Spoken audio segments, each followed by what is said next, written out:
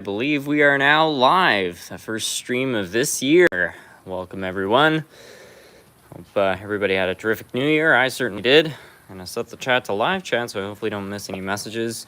And I'm also going to get my tripod set up so that the footage is a little bit more stable, because my hands are not always perfectly still, so it will be better.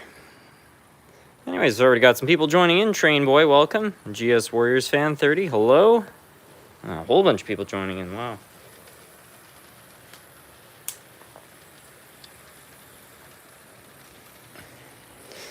And in case anybody's wondering, I'm currently running my Dash 9 and my Santa Fe Super Chief.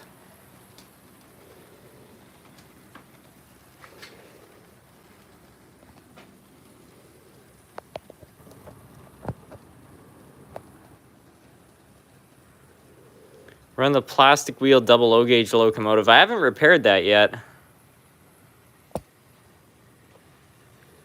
I'm running a Dash 8. Very nice.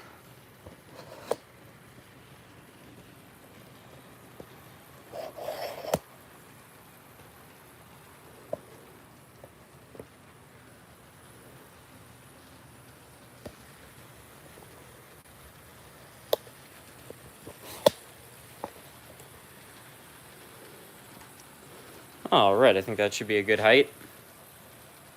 Run the $3 locomotive. Yeah, we can run that. It's so funny how there's a locomotive which, you know, is not particularly exciting in comparison with some of the other engines, and it's kind of just become famous because it was so cheap.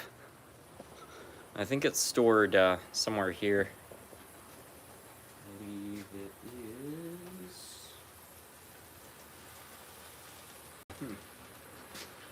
It's funny, I thought it was amongst these locomotives, but maybe it's over here. Yes, there it is. Oops, sorry.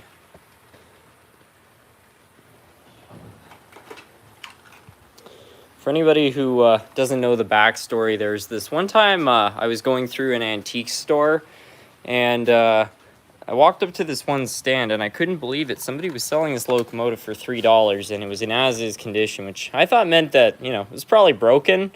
And I got it home, I cleaned the wheels up, and you know what? It's a fine locomotive. It's kind of loud, it's certainly not the most efficient, but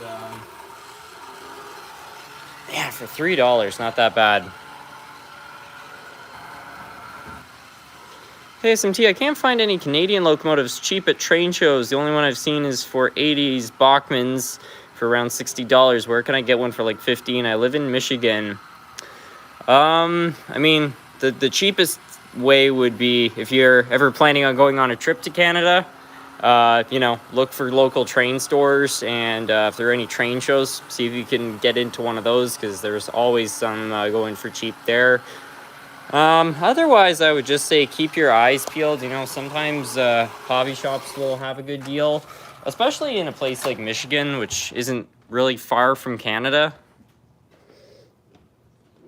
You know, I'd imagine a lot of the stores would carry a lot of Canadian stock. You know, I've been to train shows in like New York, and they had tons of Canadian locomotives just because of how close they are to the border.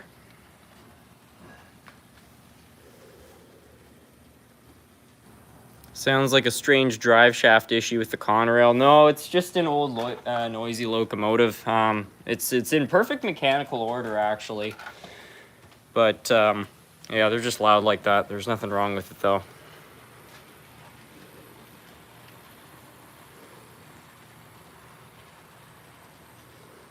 It's a $3 locomotive with a $2 haircut.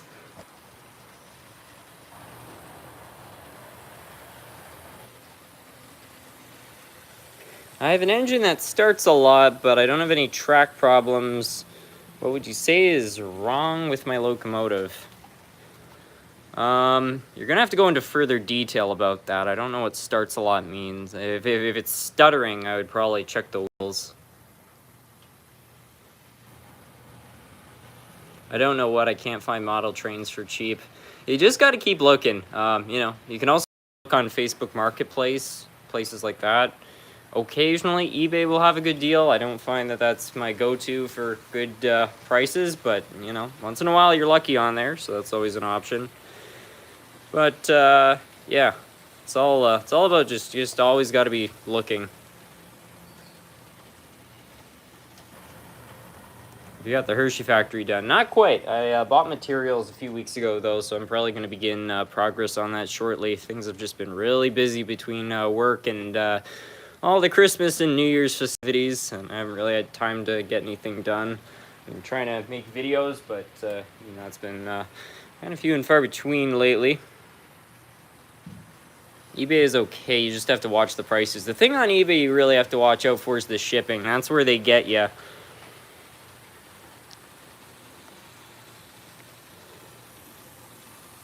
What's the shorty tank on the layout with the F unit? It's from a company called Stanley. I don't really know anything about it. I've had that for probably 15 years. I got it as a birthday gift. I'm pretty sure from my dad.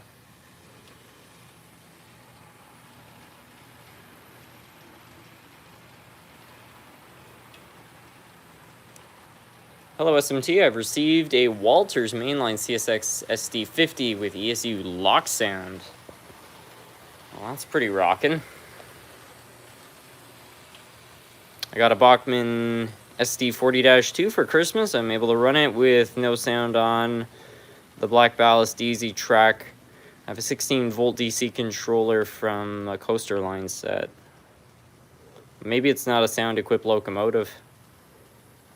Train shows are great for getting some trains cheaply, especially if you haggle with the seller. That's one thing you can always do at train shows. Most people are usually willing to, you know, knock $5 off if you ask nicely enough, especially if you're buying multiple items. So if you see a seller and they have a lot of, like, there are 3 different locomotives you want to buy, say, tell you what, I'll take these 3 engines off your hands if you take $5 off of each of them. And usually, you know, the sellers don't want to go through the hassle of having to load all this stuff back into their van at the end of the day. So if you're willing to buy multiple items, they usually will negotiate a little bit. Why do you have suits of armor over there? Those are Halloween decorations. I get a lot of comments about those. My family takes Halloween very seriously, and a few years ago my mom actually bought those. She bought them out in Maine, actually, and then drove them back here. Yeah, a lot of people wonder why I have armor in the basement. It's sort of funny, I guess.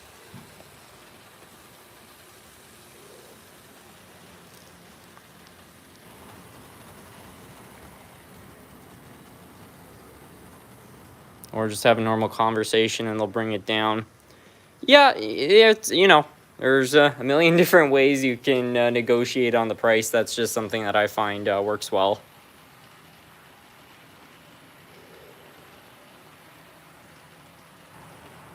Can you run a BNSF freight train? Absolutely.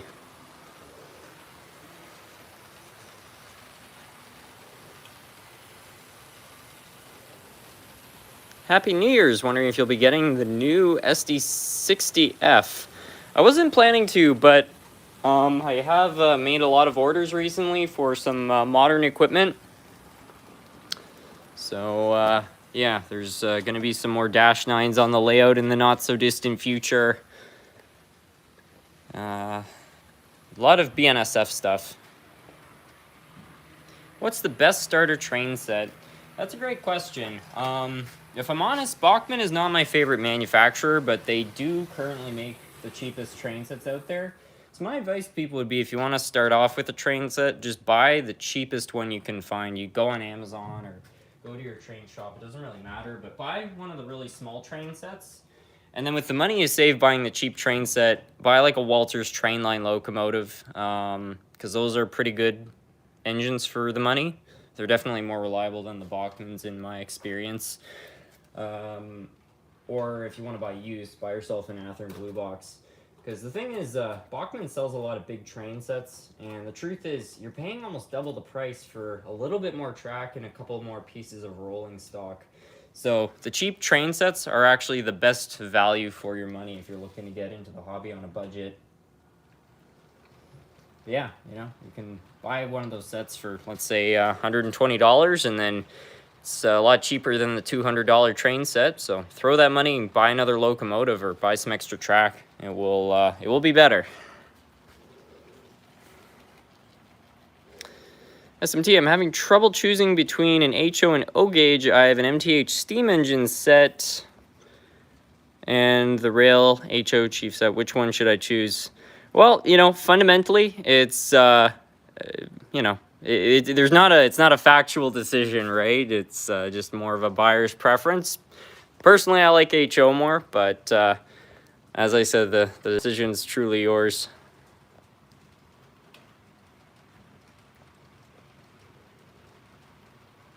Hey Harrison, when you said when you were talking about the Amazon Walters Trainline locomotive, I actually bought one for Christmas as a present to myself, and I can't wait to get it. It's a GP9.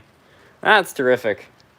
I've had some Walters Trainline stuff. It was actually one of my first locomotives. It was a Walters Trainline via rail engine, and it's been nothing but solid. It's never given me any trouble. It's not the most I don't know. I'll show you, like, the detail on it is not that good.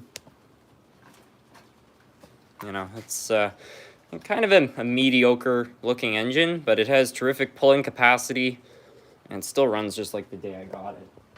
I would buy another in a heartbeat.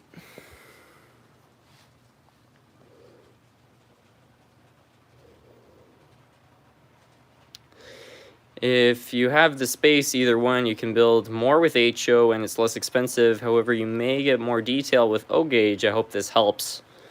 I find O gauge has a lot more life to it. The trains are bigger, they make more noise. It's sort of more fascinating. But I don't think they're more realistic, especially with that 3-rail track. I mean, like, I don't care how well you can detail a scene. I find that just takes the realism out of it. Hey SMT, I love weird mashups. Train, can you run a steam locomotive pulling a long train of cabooses with a coach at the end? It would be so awesome and funny. Maybe so. We can get a couple on later in the live stream. Go VR, go home. Welcome to the live stream. How are you, Chris? SMT, have you considered adding some carnival rides? Have some motors, they will move. That might be fun. A Ferris wheel could be a really welcome addition to the whole kind of carnival scene over there. I think people would like that. I couldn't buy one that's too big, though. I don't have a crazy amount of space left on the layout. Gotta plan this thing wisely now. Why does it seem like you're streaming every day? I don't know. I probably only stream like 2 times a month.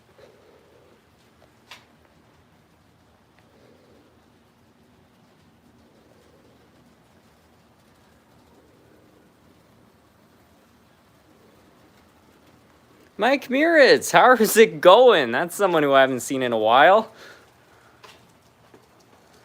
Do you have a TikTok account or is that fake? No, that is a legitimate account. I set one up because I'm setting up a YouTube Shorts account. It's not really my favorite social media.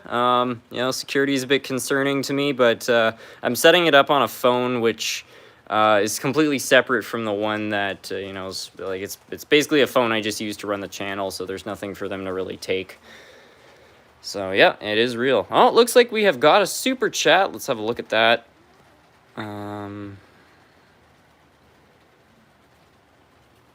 Hard Slider 29. Happy New Year, SMT. Keep up the great work. Greetings from Warrington, PA. Oh, thank you so much for the New Year's wishes, and thanks a bunch for the super chat. This is very generous. SMT, I bought a lot that has a Varney similar to the drive on the Chesapeake and on fire. It's unpainted, and I think I'm going to paint it into a Rock Island one, just like the Marks one. Those are great locomotives. Drive's a little archaic, but they seem to run for a very long time.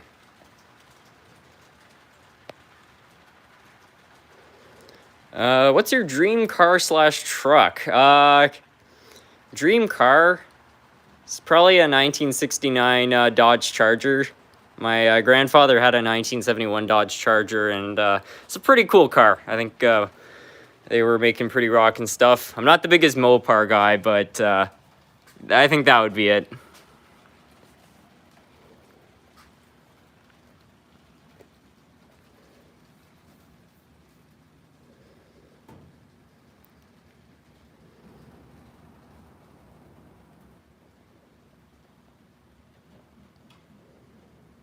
Totally picture you as a Dodge Charger kind of guy. I don't know, it's funny because for the most part, I'm actually more of a fan of the old GM vehicles.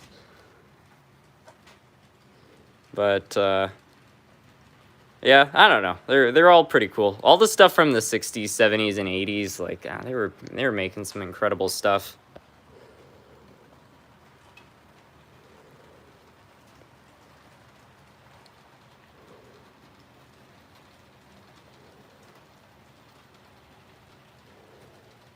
Just some good old boys, never meaning no harm. Sorry, that got in my head when you said 69 Charger. Yeah, I know. Dukes of Hazzard. That's such a cool car.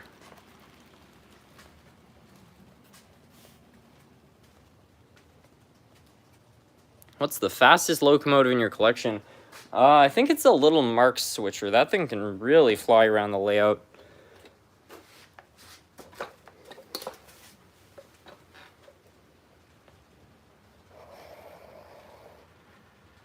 Have you ever thought about scratch building some freight cars? I think it would be fun to build some of those old kits.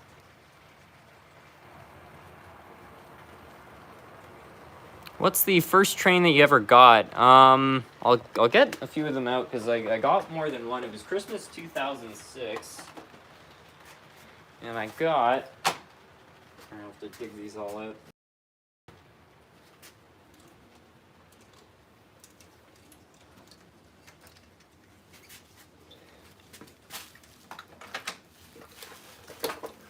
Yeah, this right here is what I started off with. These 3 locomotives right here. So, yeah, my first train set was a Walter's Lifelike rail charger set. And it came with this CN locomotive. As you can see, it's in horrible condition. It still runs by some miracle, which is quite impressive, actually, because I just ran the snot out of this thing. And then that same Christmas, I got the Via Rail locomotive, which I mentioned earlier. And I also got this little Bachmann steam locomotive. This was my first steam engine. And I don't know, maybe we should try to run it. I think it's broken. But yeah, I thought this thing was so cool as a kid. It had a smoke unit in it, which unfortunately has actually destroyed that part, but it's a nice engine.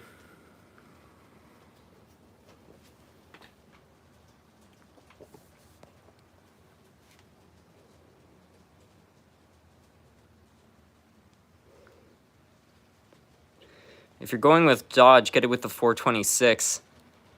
I thought it had a 440.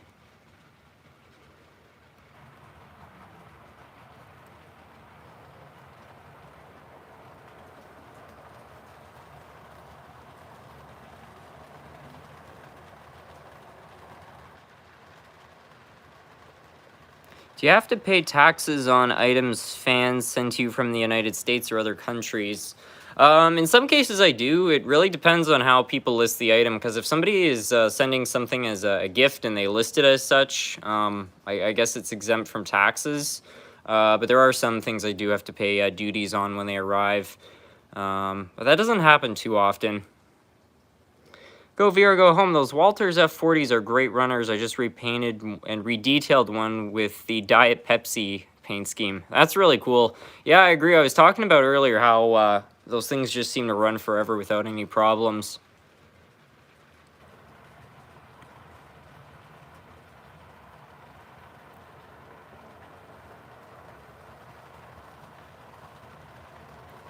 Did you see that Mr. Beast just ran 2 GP9 locomotives into a brick wall with a semi-truck? No, I did not hear about that. Hey, Harrison, can you run the Santa Fe Super Chief for a bit? The one with the 3, built out of 3 broken locomotives. Yeah, we can run that.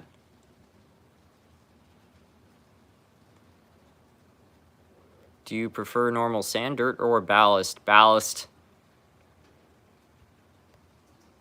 Can you run the Intercity 125? I haven't fixed that locomotive yet. That might be what's next on the restoration table, though.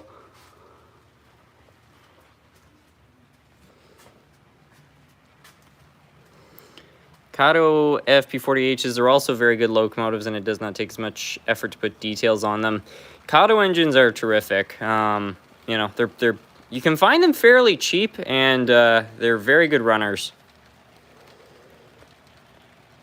Oh, it looks like another super chat has arrived. Emery Moody, let's see some new freight cars on your trains. I know you must have a huge collection of them. These are all the best ones. I've got a lot of older ones, but these are my go-tos. However, I've ordered a whole bunch of intermodal cars, so those should be on the way. But thank you so much for the super chat. Anyways, back to the live chat here. Harrison, what soldering tools would you recommend for N-scale trains? I need to put a special type of decoder in a GP7 that requires soldering, but I'm not sure what would be good to use. I'm not an expert on soldering irons. If you watch my videos, I use an old soldering gun from the 80s or something like that. It's really bulky and not recommended. I love it. I think it works great, but you'd probably want to use something that's 100 watts. I'm sure an expert would probably recommend something more like 50 watts. I don't know. We'll see what people in the comments say. What's a good soldering iron for working on boards? The only piece of advice I do have is always use flux. That's very important. In my entire collection of HO locomotives, I don't have a single locomotive with 6-wheel trucks. All of them are 4-wheel. When will the video of the modern engine unboxing come out? I'm not sure. There's more than one modern engine too, but I've got some plans for the New Year's. I ordered a new daylight locomotive, which is going to be a fixer-upper, and then we've got, I think, 3 modern locomotives coming, and the locomotives from Unstoppable. So that's all videos that will happen in the new year now. Anyways, I said I was going to run the Super Chief, so I guess we'll get that going.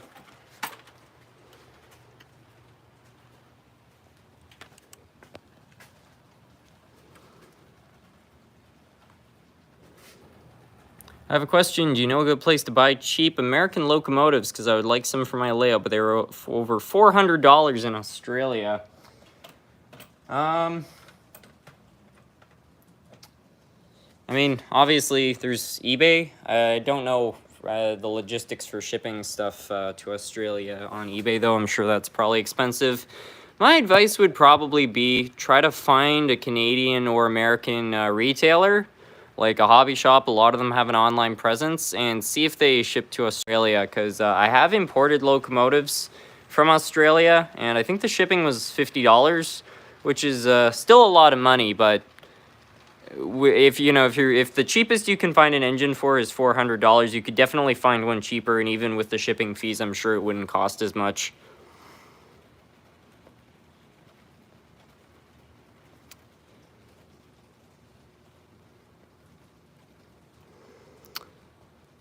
Hello SMT, I just got a GP38-2 and I wanted to know what would be a good double header. I'm very struggling, I've been able to pick. If you're not using DCC, just make sure you get a locomotive that has the same drive, otherwise one is going to be working a lot harder than the other. I know with DCC you can speed match. So do you have tips for winning eBay bids? Thanks. Tips for winning eBay bids, my main thing is always put an odd number. Never put a round number. A lot of people will bid $50. My advice would be go 51.89 or something like that. Put an obscure number, because since people put round numbers, if they put a round number and you put an obscure number, you still have a slightly higher chance of outbidding them by some weird number like 50 cents. I swear SMT is trying to ignore everybody. I'm not trying to ignore everyone. There's a lot of comments in here, so I'm trying to read them all, but I have been reading comments, as you can hear, so no, I'm never intentionally ignoring anybody, I promise that. The only people who I ignore are people posting things that are unsavory, but other than that, there's no person I want to exclude on here. Hey SMT, my model railroading videos gathered over 900,000 views. You're a huge inspiration to me. What kind of video should I make next? I'm not sure what kind of videos you're making, but congratulations on that. That's quite an accomplishment. Hey SMT, I'm doing an N-scale layout, and I have a question. If the layout is 2x4, is DCC necessary? Unless you're building a freight yard on there, I would say probably not. What's your opinion on model power? I have some trains that run super fast and are super heavy, great pullers. Model power engines generally were very good locomotives. Some of their engines from the 80s used the same drive as Bachmann had, the Kadar drives, which had pancake motors. Those are okay, but what they're most known for is the probably what you're talking about. It's the all metal ones, and those were made by Roco, and they are solid. They will last a very long time. So they're not the most best looking engines out there, but if you want cheap, reliable locomotives, model power is not a bad choice, that's for sure.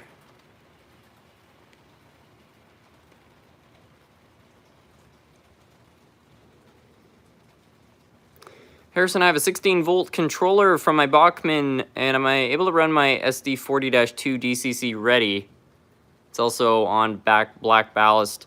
The black ballast isn't a problem. That just means the track is steel. Yeah, a DCC ready locomotive can run on DC power just fine. DCC ready just means that there's a 8-pin socket to add a decoder. It doesn't mean there is a decoder. So DC controller is actually perfect for that. So yeah, you're all ready to go.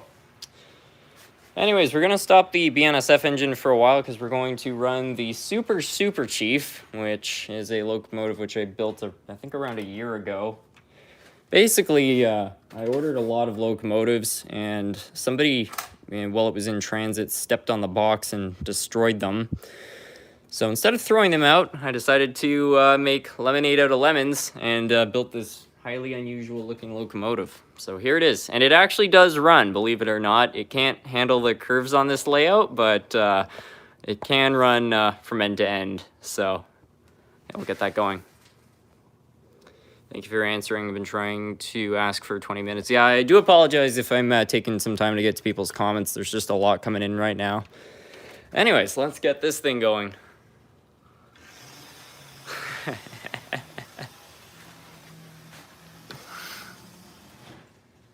Whoops.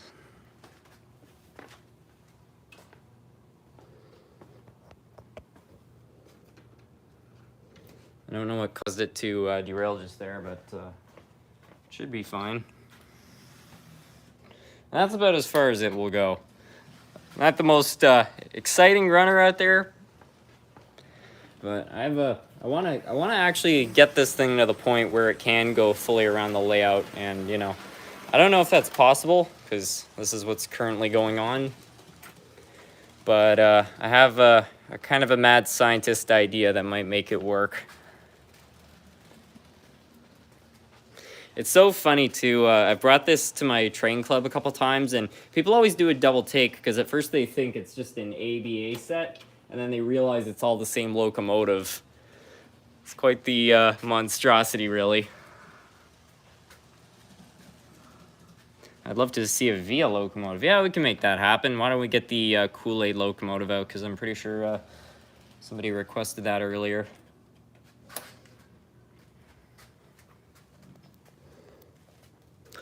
I got 2 undecorated N-scale RDCs, and I was wondering if anyone here has any suggestions on what color I should paint them into. Hey Harrison, how's it like in Canada? It feels like spring in Illinois. Surprisingly, it's the same here right now too. It's actually been moderately warm. It's been about 3 degrees outside, but that's in Fahrenheit, that's in Celsius, not Fahrenheit. So I don't know what that converts to, but for January, that's very nice.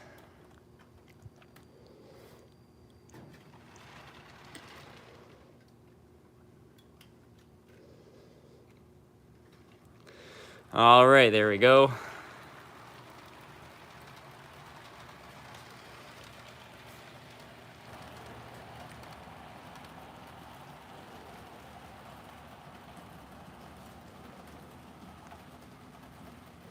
Run a Canadian Pacific AC 4400. Yeah, we can do that. I've got one around here somewhere. It was on the layout, and then I put it into storage. I don't know.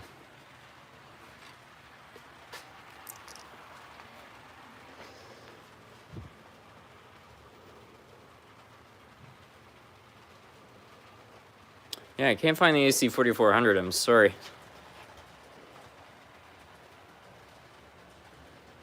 Can you run your slowest locomotive? Yeah, I wonder what that would be. I've got an old Athearn engine which can go pretty slow because it has a 31-to-1 gear reduction.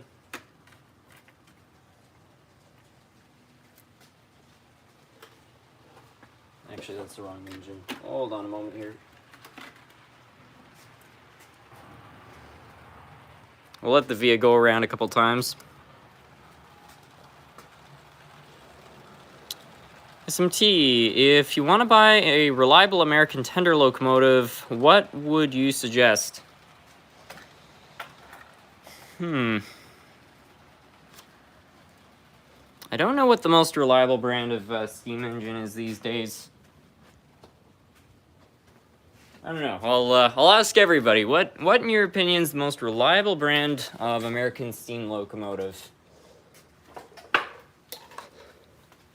find the old Mahano engines are very reliable, but they don't make those anymore, so that's why I'm not including them.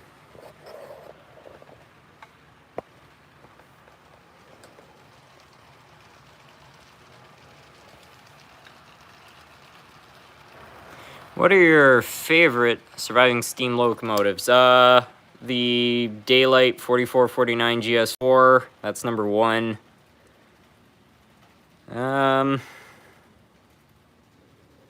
Gee, I don't know what beyond that would be my favorite. There's certainly a lot of good ones out there.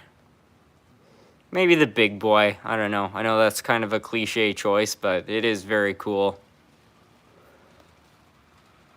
Hey Harrison, I have an old AHM GG1 I got for $10 at a train store about a month ago. It doesn't run. I was wondering if you know what's wrong with it. Anything you would know. It's hard to diagnose a problem without knowing the symptoms of it, but my advice would be put it on the track. If your engine has, like if you put it on the track and the lights are coming on but it's not moving, probably means the motor's not getting power. If there's no lights and no sounds from the motor, there's an electrical problem. It could be dirty wheels, could be a broken wire, could be anything like that. If the lights are coming on and you can hear the motor coming, but the engine isn't moving, it's seized. And that's usually from lubricants drying out, so you need to open it up and clean it out. But yeah, just mess around with it a bit, and you might be able to figure out what's going on with it. You can also always send an email to scrumptiousmodeltrains@gmail.com, and I'll try to help you with that. Pete Monster 62, SMT, maybe you should study the Marx articulated passenger trains, an idea for the Super Chief. Yeah, maybe there would be a way to articulate it. I was kind of thinking more about just putting an AHM drive in it, because one thing that I noticed about these old AHMs, so this is a powered truck right here. Look at this. It can pivot like 180 degrees. So, you know, if I removed the, if I could find a drive just like this and put that in that locomotive, I think it would be able to go around the curves.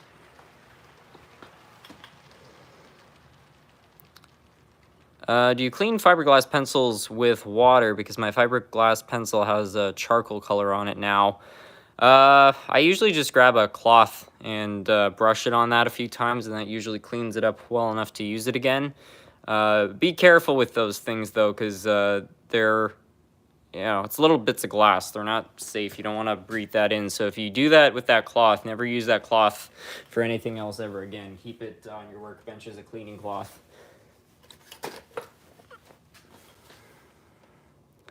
The AC 4400's on the bottom shelf. Okay, I'll go have a second look. But in the meantime, here's an engine which might be the slowest one I own. And from the outside, it just looks like an old Athearn blue box, and that's what it is. But somebody modified this thing, and it actually has a pretty significant gear reduction. So, like, I'm putting 5 volts in the track, and a regular Athearn engine would be moving. Yeah, this thing is kind of ridiculous. Just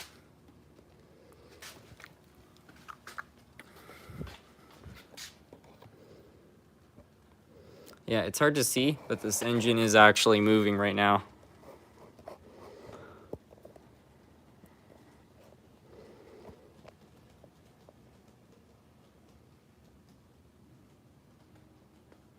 See how it's just barely like crossing over that tie?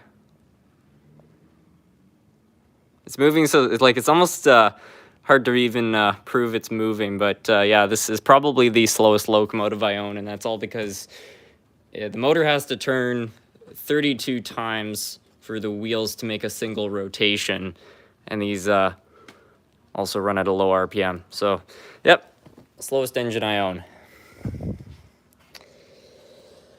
Anyways, yeah, we'll see if we can find the AC 4400. I don't think it's on the bottom shelf. Cause that's a -9, that's a -9. Here it is. Whoops. That's not so good. I forgot the clips were broken on this. My Atlas GP7 runs slow like that. The old Atlas engines are very good in that sense.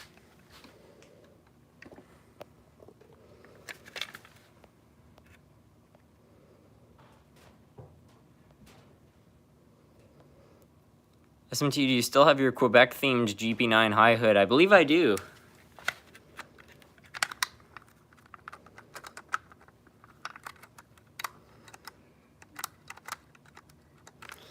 Anyways, we'll try to run the AC 4400 here. I don't know if this is gonna start or not. Yeah, it's not happy. It might be damaged. It definitely is damaged. I had this thing when I was a kid, and it was run hard.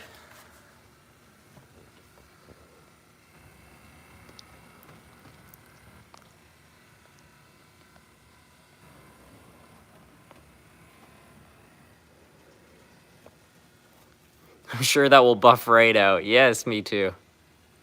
If you can believe it, this is actually an engine I fixed up. It was so far gone that it wouldn't even run anymore, and now I've actually got it running again, but the whole electrical system is kind of zonked, so.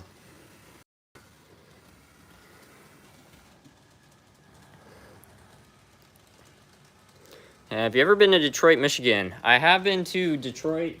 I never actually saw the city though, because I was just going through the airport. My dad was born in Ann Arbor, so I've been there before, but we had to go through Detroit to get there.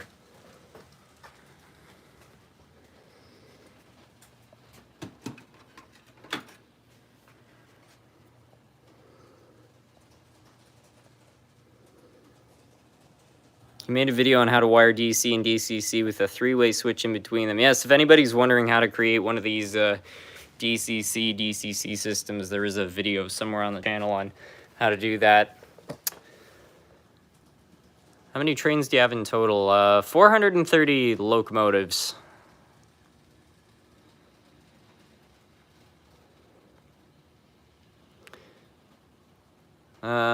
SMT, do you have a Union Pacific 9000 class?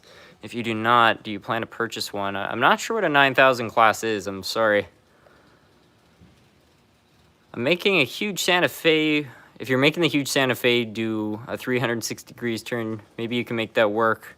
Can you also run a Norfolk Southern engine if you have one? I think so. Have you ever been to Pittsburgh, Pennsylvania? I've never been to Pittsburgh. I did go to Scranton a few years ago, though. Let's go get that Norfolk Southern engine. If it has a coupler, it's probably a horn hook one. Matter of fact.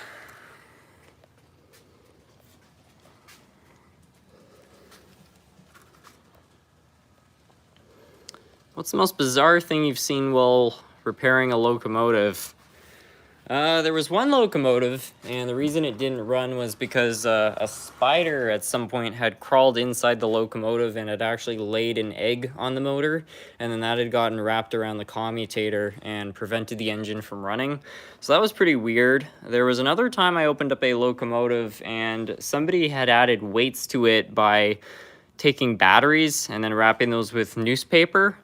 And the newspaper was dated 1973, so those had definitely been in there for a while. Yeah, I think that's probably the most unusual thing I've seen working on an engine.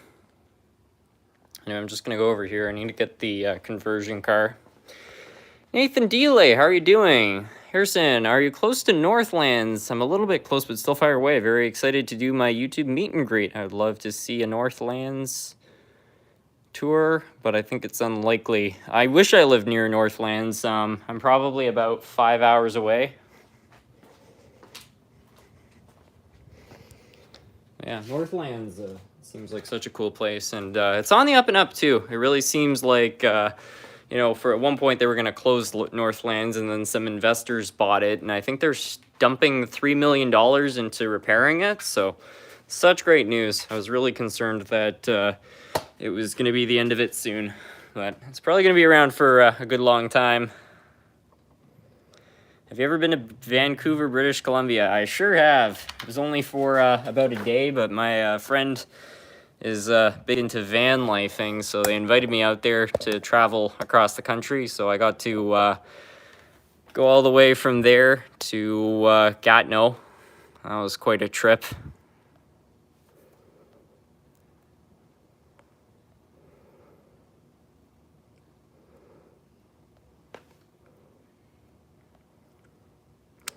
Can you run the Atherton BC Rail locomotive? I think so. I don't know if it has any couplers though.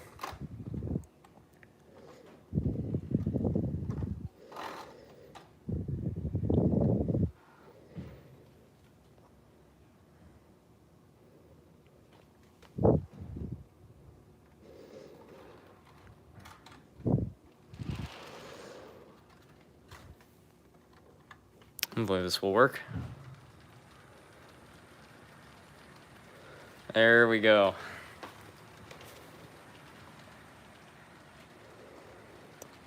Harrison, would you happen to have any Boston and Maine or MEC locomotives in your collection? I'd love to see them at some point. I do have... I don't know if I have any Boston and Maine locomotives, but I certainly have Maine Central locomotives, which I think had the same paint scheme.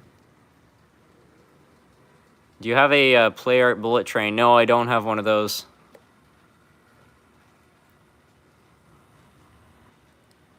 SMT, I noticed that you can run both DC and DCC on your layout. How did you set that up? I just got my first N-scale track and I want to do the same setup. I did a video on this. Here,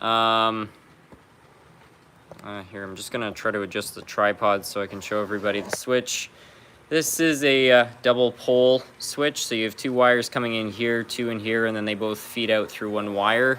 So both controllers are just wired in through that. I did a video on this a while ago, so you can go find that if you want to see how to do it, but it's actually a very simple process.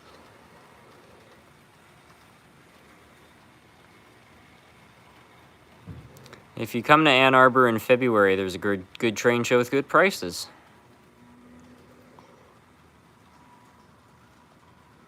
Sounds like something might be derailing. Maybe not. I don't know.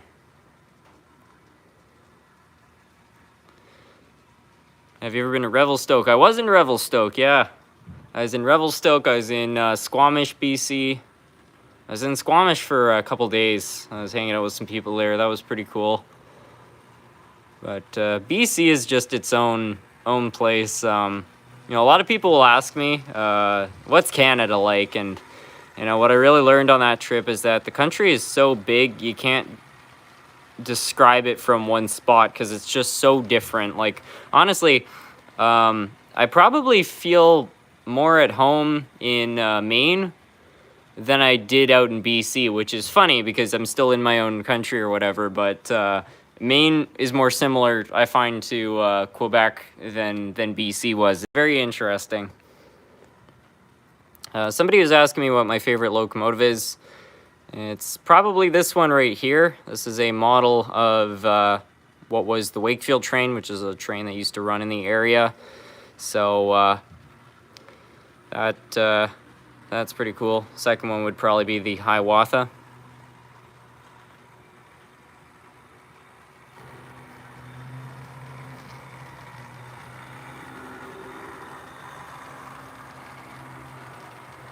Have you ever been to the Edmonton Mall? And if so, did you ever ride the Mindbender? It's one of the most intense roller coasters in the world. I've never been there, but I have heard of the Mindbender.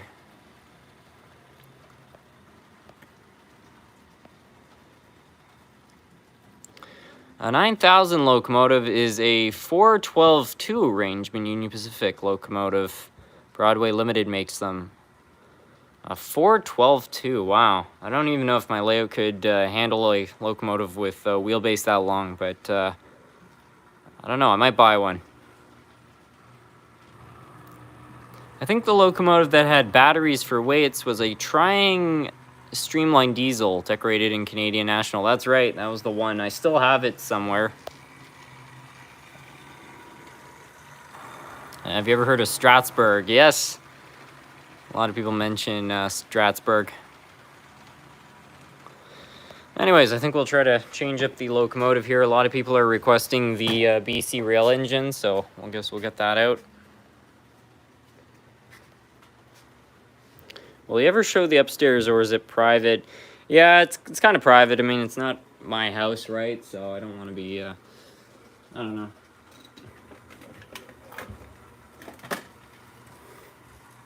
Yeah, there's no coupler, but that's also an Athearn engine, so we'll just run them both at the same time.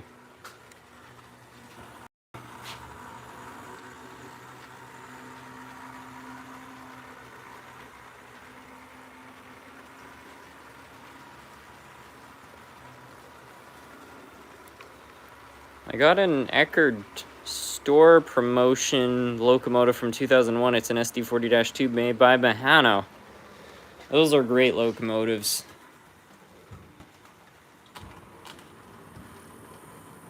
Here, the back wheels are off the track, but it might re-rail itself.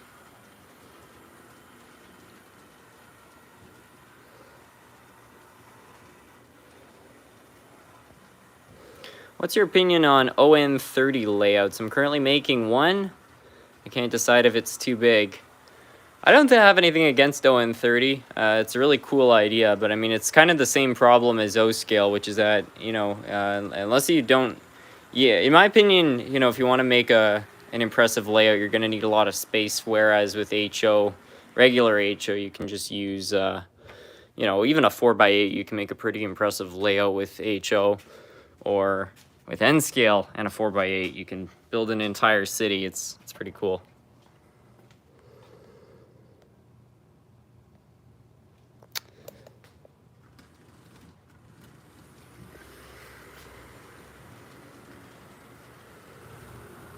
How's the Hershey Chocolate Factory coming along?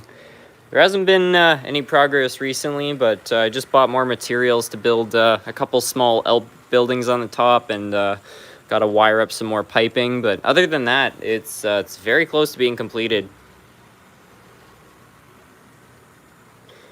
P-Monster62, the switch is called a double pole throw switch, which is used. Those switches have 6 terminals on them. I think you can find them at most hardware stores too. I got the switch on my layout is actually out of an old controller, but I think you can. Oh, you can also buy them online, obviously.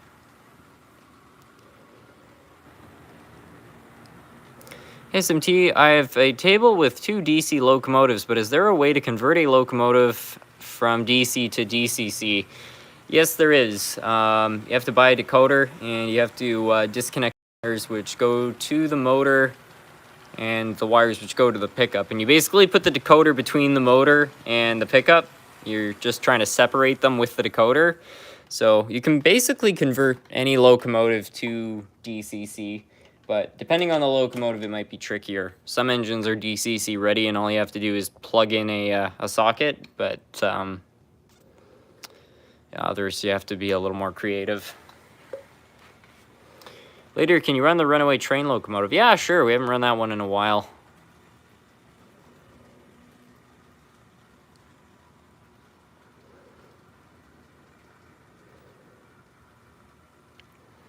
I managed to obtain a full brass Canadian Pacific Royal Hudson in working order for $325. Did I get a decent deal?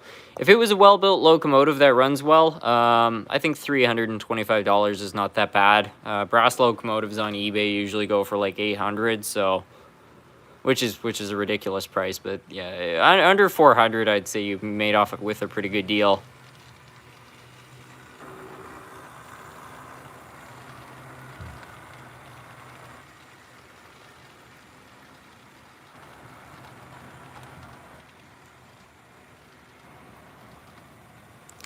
SMT, do you have any tips for rewiring a DC locomotive? Because I have an AHM SD40-2 and all the wires are gone. Well, that's a bit of a weird problem.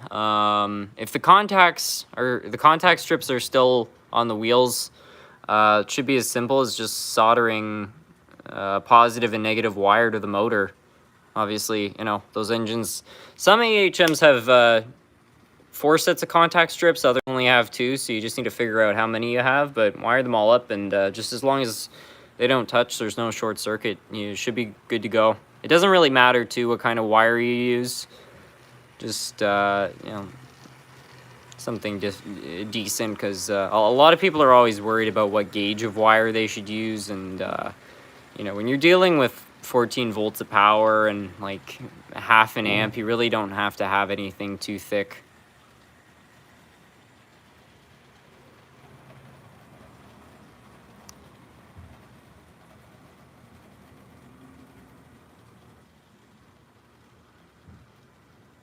Looks like we've got yet another super chat. Joshua Knight. Hey, Harrison, it's me, Josh. How's the Bachmann consolidation going for you?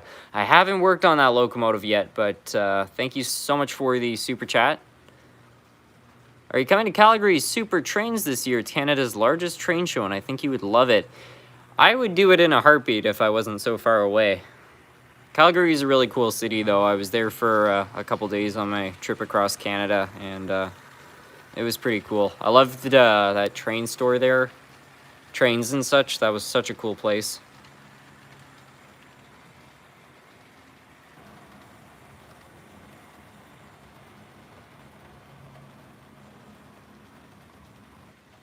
Next time you're in Maine, try Union Street Antiques. There's a vendor there that has tons of trains and rotates his stock often, and has better prices than the vendor at Wells and Reeds and Wells. Well, it's good to know. I haven't heard of Union Street Antiques, but if it's close to Kennebunk or Kennebunk Port, I still don't know which side of that I'm on, but yeah, if it's close to there, I'd definitely go. All right, somebody's requesting that I run the super fast Marks locomotive, so I'll get that out.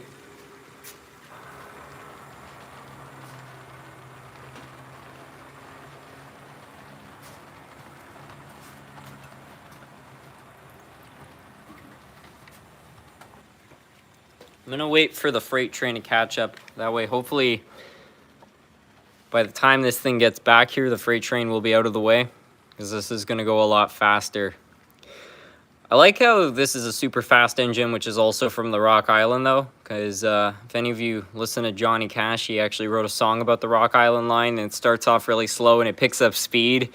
And it's a terrific song. It's one of his kind of lesser known songs, I find. So search up Johnny Cash Rock Island Line. You'll know what I mean. It's a really good song. Anyways, we're gonna run this one, and you can see it's gone.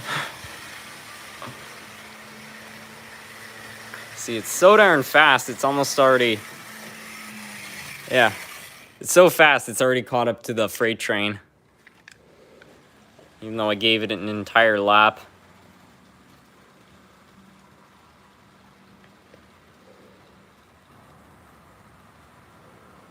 What I meant to say, SMT made a video a couple years ago where he had a Lionel train running around a Christmas tree on the ground floor room. Yeah, I forgot about that.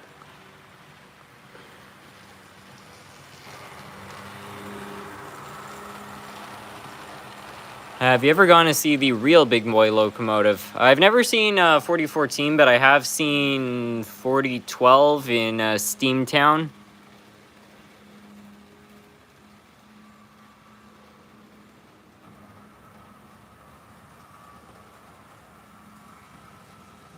If you thought the 9000 class was big, wait till you hear about the Soviet 414-4 locomotive. I have heard of that locomotive. From what I understand, though, that engine was never really used because it was so big it would just destroy the tracks it was riding on. So, cool concept, but seems like a real nightmare to operate.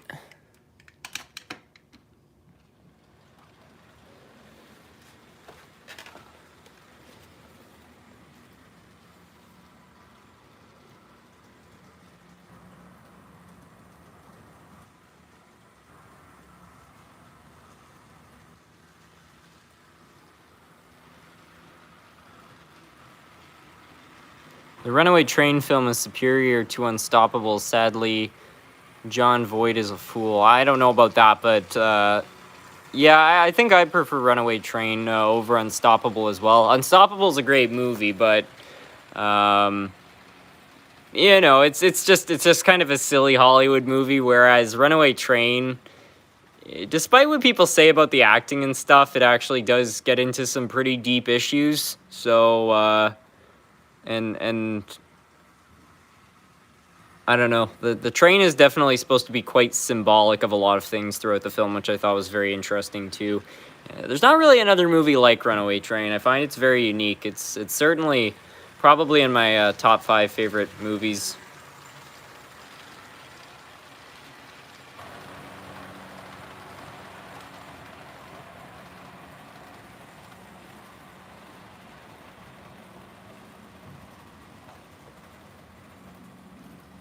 After, can you run the Runaway Train? Yeah, we can get the... Let's go figure out where that thing is parked.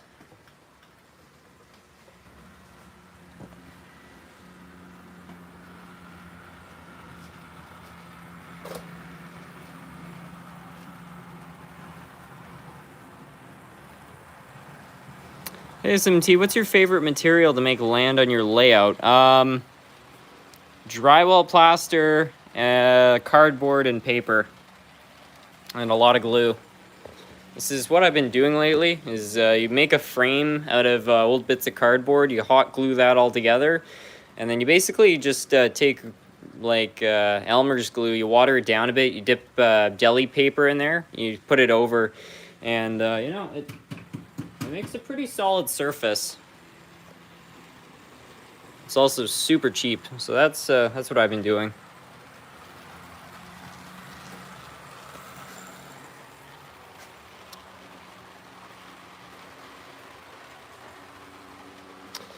Now, the Runaway Train, I see it's right there, so we'll get that out. I used to live in Brockville, so I know about the Hershey plant. Love your channel. Ah, it's good to hear. It's nicer, you know, it's kind of a niche thing, the Hershey factory. I mean, a lot of people from Pennsylvania probably know all about Hershey's because that's where they had the biggest Hershey factory, but this was basically its Canadian counterpart. And it was a big deal in the area, but once in a while I get comments like yours where somebody actually visited the place, and it was a really cool operation while they had it going here. Of course, it's a whole other story now, to say the least.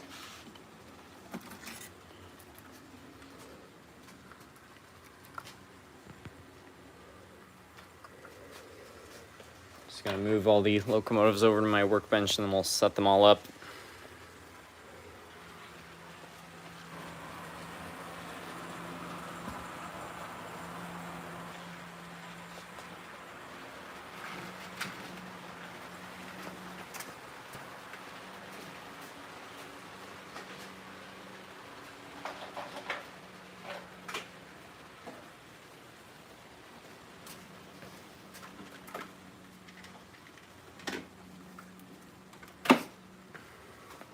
All right.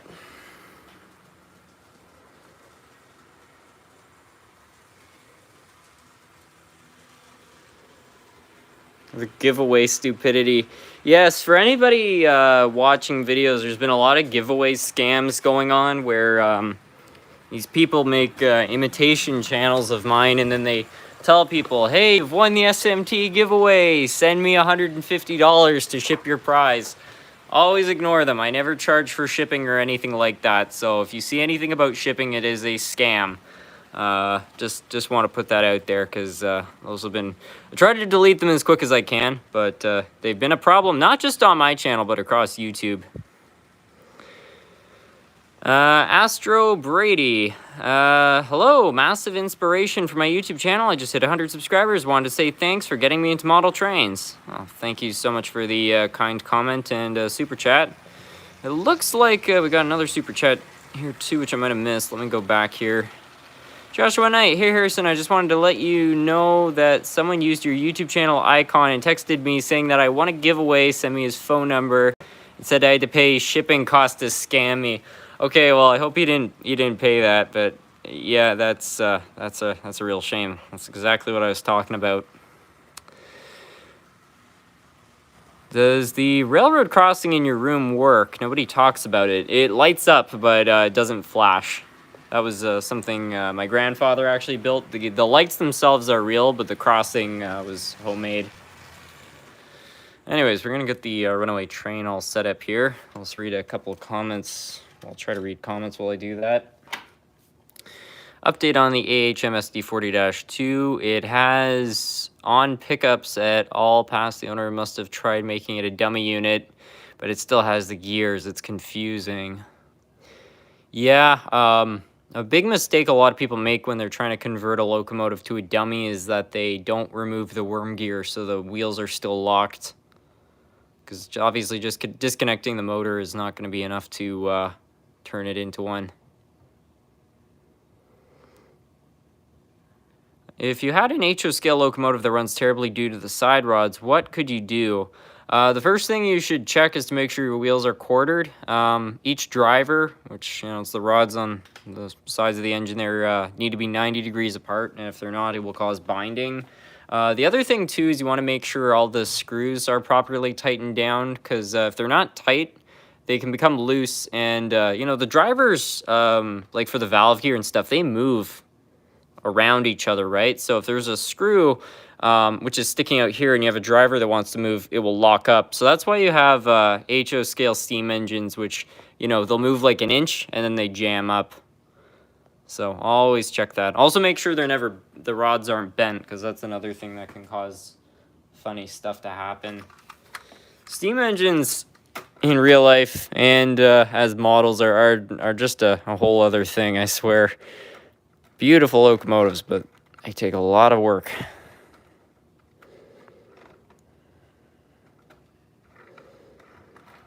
Alrighty, so there's the F unit.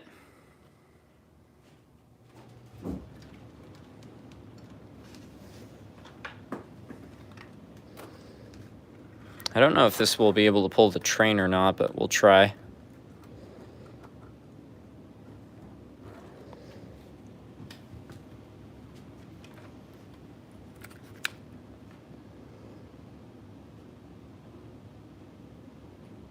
Good. You run the B&O Royal Blue engine I sent you last year. I don't know if it's running or not. Is that the one that hadn't run in 50 years?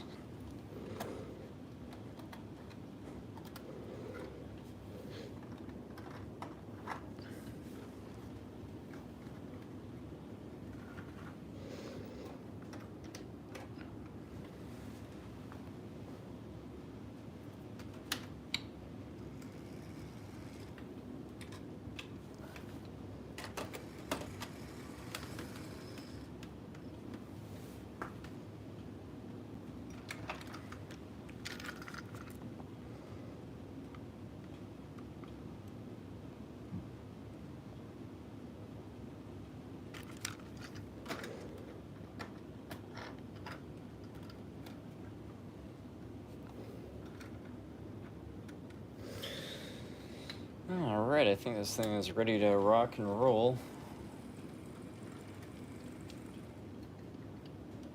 Yeah, there we go.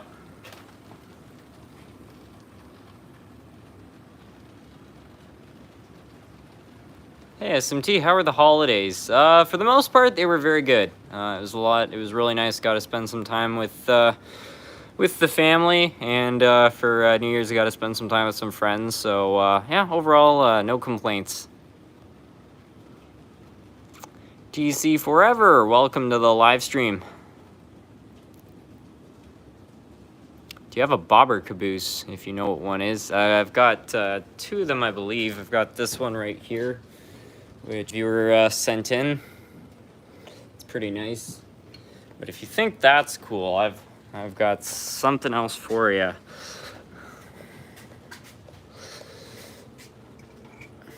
A few months ago, I was at a train shop, and I found this little number right here, which, you know, clearly somebody built this out of a regular caboose. But anyways, I decided to buy this thing. It's kind of a piece of junk, but I thought it was cool. So it's kind of a bobber caboose. It has 4 wheels. We'll try to hook it onto the back of this train here.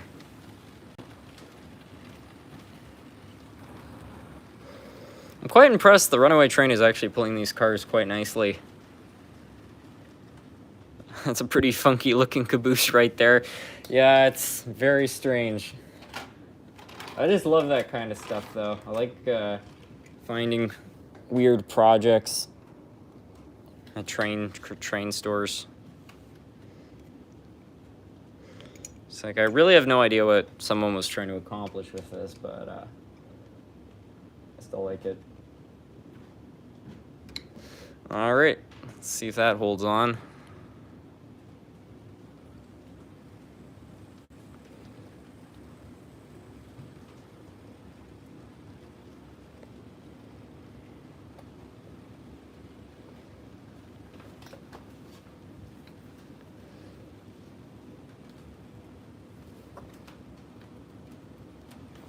Hey, SMT, did you get around to putting the Berkshire back together with the screw I sent you? I haven't yet. I haven't really been working on the layout over the holidays.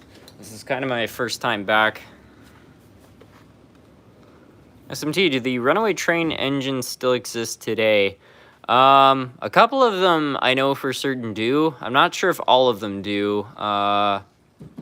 Because I read on Wikipedia that in 2008 they were definitely still around, but obviously, you know, that was over 15 years ago, so I don't know if, well, maybe not 15.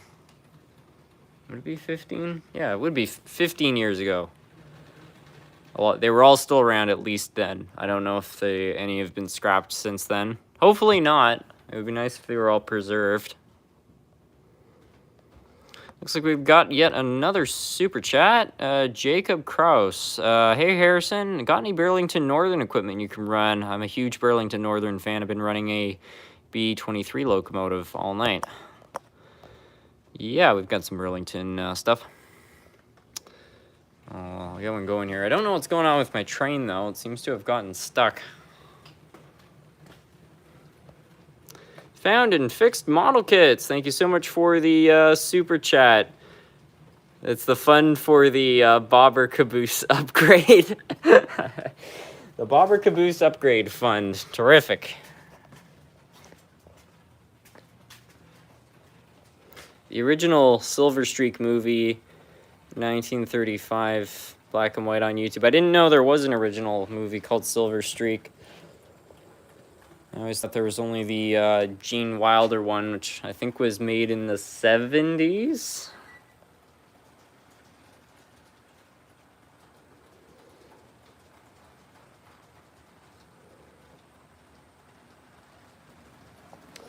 Anyways, Burlington Northern locomotives.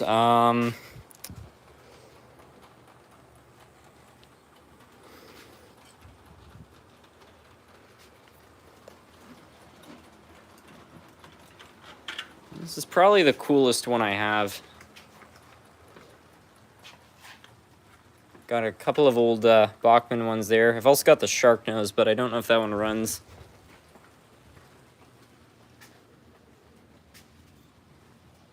Do my feeders have to be negative and positive? Yeah, it's important if you're talking about track wiring, you need to make sure you label them it doesn't matter which way the power flows through them. You know, you can have positive power flowing through the negative side, because DC, you know, you change the direction, it changes the polarity. That's how it works. The negative and positive just flip. But if you don't label them, you might cross your wires, and if you do that, you're going to have a short circuit. Nothing's going to run. So definitely label them with something. Otherwise, it's probably going to cause issues.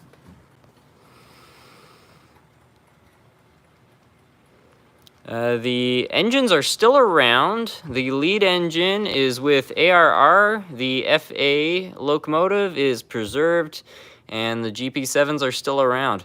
That's so terrific. I'm really happy. I really thought they had a cool train in the movie, so it's nice to hear that none of those engines have been scrapped. It's kind of remarkable. It really shows how long these things last, because, I mean, those engines were probably all made in the 40s, 50s, and 60s, so they would have all probably at least been 30 years old by the time they made the movie, and that was in 1985, so it's another 30 years. So the fact they're still on the road or in preservation is great to hear.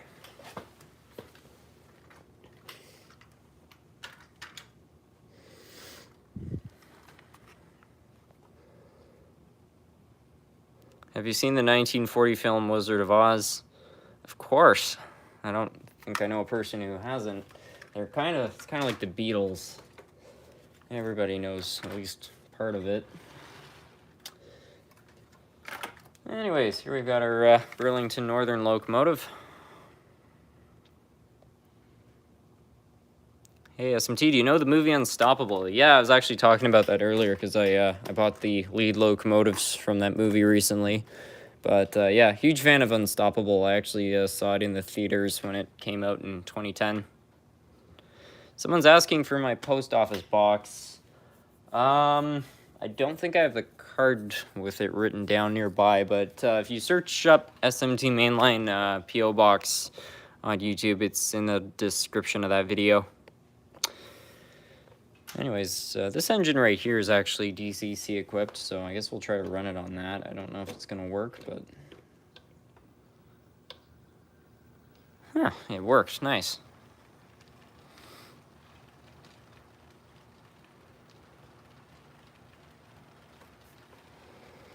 This Silver Streak movie involved the Burlington Pioneer Zephyr, an articulated shovel-nose stainless steel train. Huh, I can't believe this is the first time I'm hearing of this movie.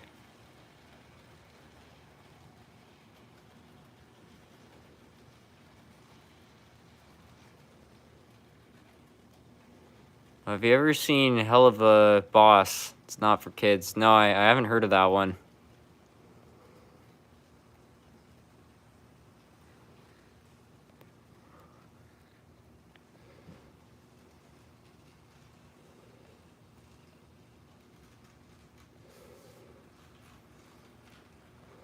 Can you run your Mahano President's Choice train?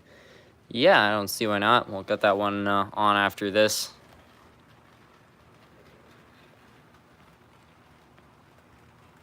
Yes, it's the one that hadn't run in 50 years. Regarding the Royal Hudson earlier, I hate to spam, but but you haven't seen the message. We can run that as well. Hi Harrison, Happy New Year. I've learned quite a bit about fixing trains from you. I bought a large amount to fix. That's terrific. I wish you the best of luck on repairing those. It can be a lot of fun. SMT, I haven't been on in a while. What's the status on that Yellowstone? I'm a DMIR. Okay, yeah, I recognize the channel. No progress with the Yellowstone. I'm gonna have to get working on that. I have a parts locomotive. It's an old Rivarossi, but I'm thinking that I'm gonna try to make that the donor locomotive, which is actually gonna power it. And then I have an old Tyco locomotive, which is I think gonna be the front set of driving wheels. So it's gonna be a pretty MacGyvered locomotive. There's no doubt about that. I don't even know if it's gonna work. It's not gonna be anything fancy, but yeah, I'll try to get that thing going. I mean, I bought it as a project, so.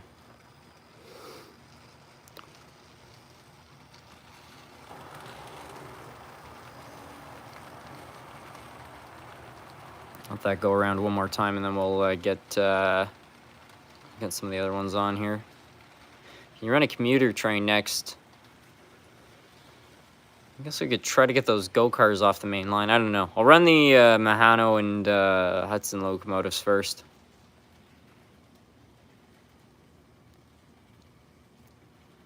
We've got several Burlington Northern pieces. Most recent ones are Athearn Genesis legendary liveries, ES44AC in the Burlington Northern colors, and SD40-2, and a 10-unit impact spine car.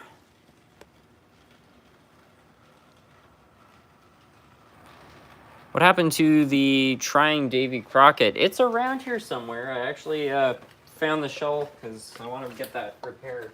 Just trying to find a motor which I can actually use with it, because I actually gave the motor for... I had a motor for this engine, which I think was the correct one, but I gave it away to restore a locomotive for someone.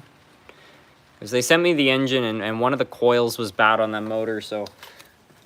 I sacrificed it to that project.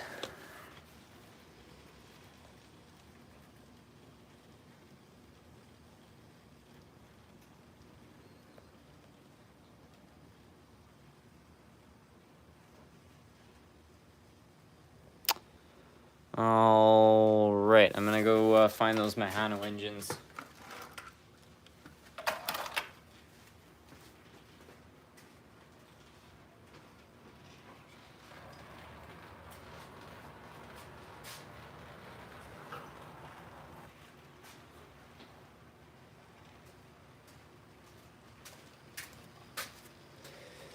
Okay, I found the Hudson. I have to go find the 210-2, but I'll get the Hudson going just because I already have it here, so... Whoops, looks like the caboose came off.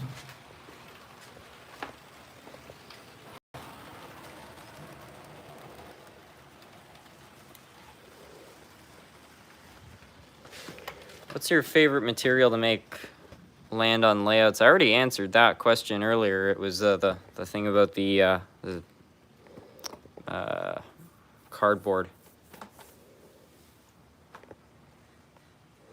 Thanks for the advice. My Bachmann 060 doesn't run as bad as it did anymore.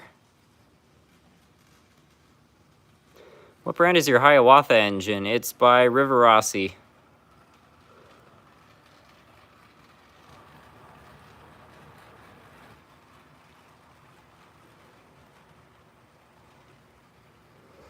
There's a video on YouTube titled Xmas Toys Preview 1962 British Path. It shows a Davy Crockett train running on a layout that also has slot cars. That's really interesting.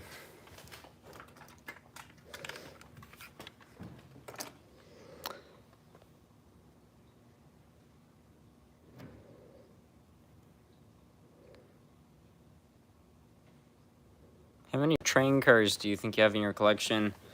I would probably guess around 150. There's, I think, more locomotives in the collection than there is rolling stock. And if you talk to any prototypical model railroader, they'll say that that's a big no-no, but I don't know. I think it's the right ratio.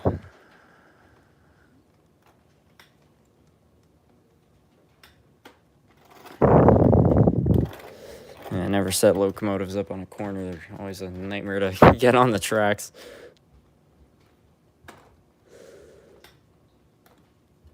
Okay, I think I've done it.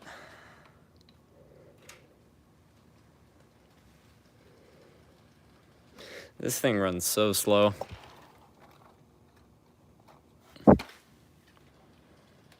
That's half throttle right there, and it's just creeping along.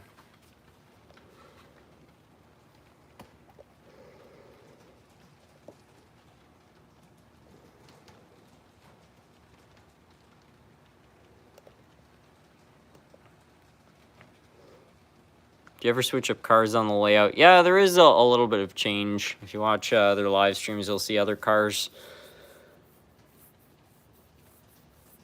But yeah, I don't know. I've only had this working freight yard for about a month now, so I'm still kind of getting used to it. I don't know what happened. I think Uh-oh. Okay, something derailed.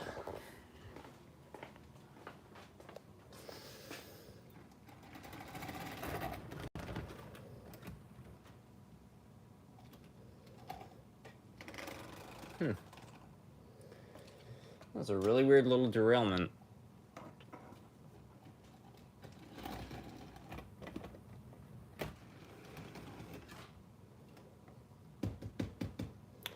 Yeah, I ran out of glue while I was ballasting this section of track, and I think some of the ballast got caught in the switches, and it's causing them to do some funky things.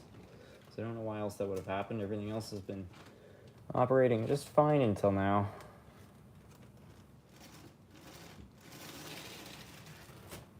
All right. Hey, SMT, if you get bored of running trains, what do you do on the layout? Oh, there's always something to do. Sometimes I'll work on locomotives in my collection. I'll do landscaping, painting, all sorts of stuff. Maintenance, a little bit, you know, things. Layouts do need they're just like a real railroad. You know, you do have to maintain the track to some extent. And I find over time just funny things can happen, especially temperature changes in the room can cause funny things to happen with the track. So it does require some attention. But there's always something to do. I'd say there's never a boring moment.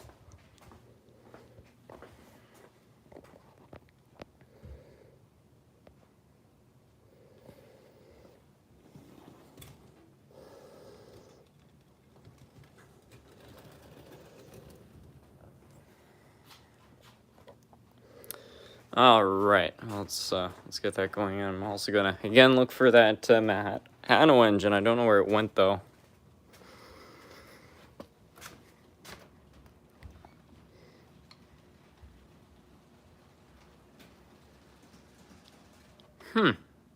The engine's derailing the exact same way. Most mysterious. All right, well, I guess we're going to try to run the Mahano engine if I can find it, because for some reason this one is acting up. It's really unusual. I find this engine is usually pretty good for not derailing, but something's not right.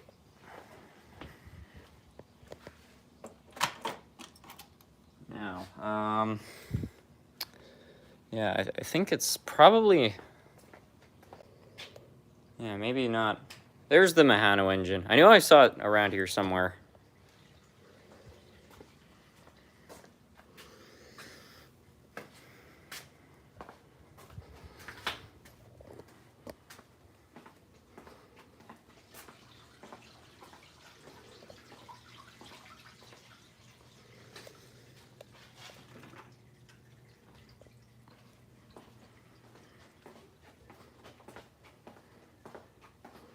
I meant the B&O Royal Hudson. Oh, okay. I'll have to, I don't know. I maybe that engine broke, because I definitely repaired it, but I don't remember seeing it in storage. I thought it was still on the repair bench. I'll go look and we'll see if we can get that one going. It's one thing I have to do. I have to build some sort of a guardrail here. I'm always concerned something is going to roll off the layout. Harrison, can you run the President's Choice? Yes, we're running the President's Choice engine now, so that should be good.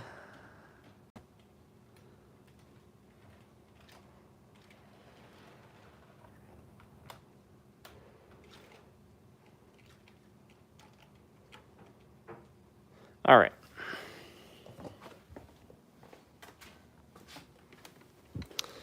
Hopefully this one won't derail on that switch. Wow, that's a lot of wheel slip.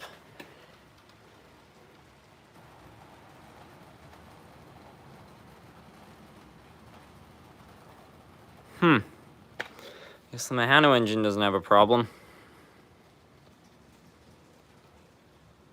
Here, we'll try to do a nice rail fanning shot of it going through here. Uh-oh. I think that's something derailed.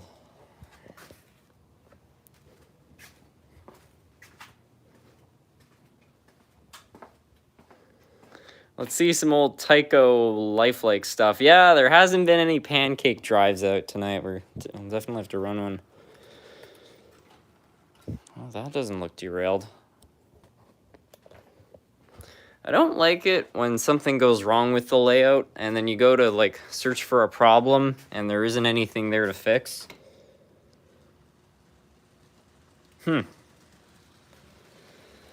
That's really weird.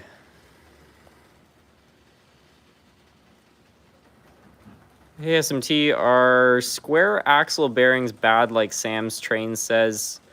You know, I respectfully highly disagree with him. You know, he's a very knowledgeable guy. I'm not trying to put down what he's saying there, but I actually find square axle bearings are very good. You can put conductive lubricant on them. They last forever. A lot of manufacturers use them, and for good reason.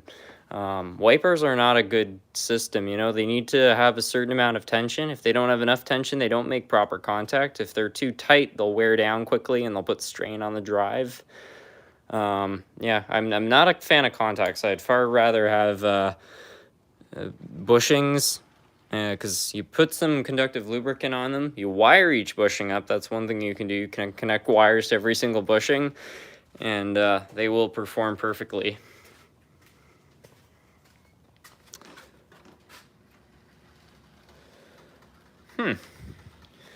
I guess the Mahano 210-2 is not strong enough to pull this train.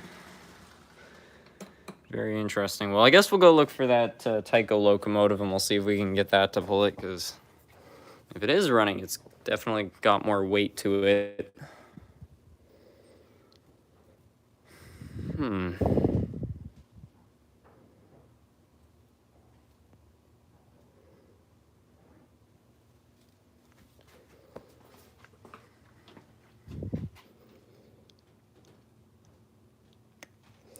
Yeah, I'm not seeing the Royal Hudson. I think it broke down a second time and I didn't repair it.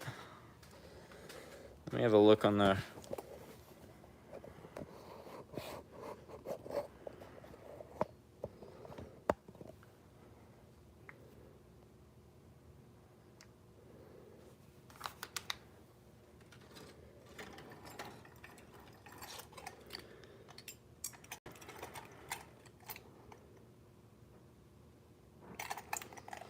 Maybe this is it.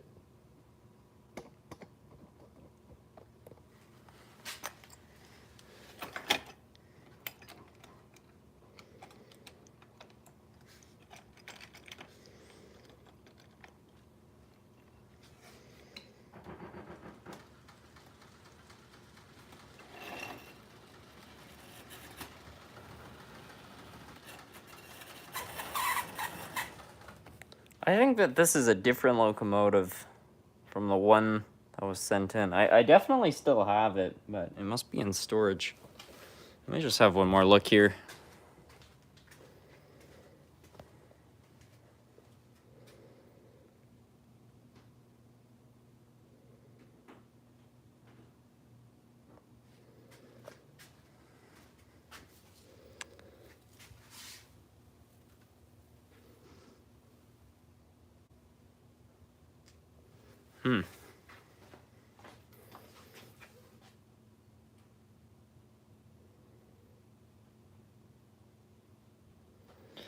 Yeah, I don't know.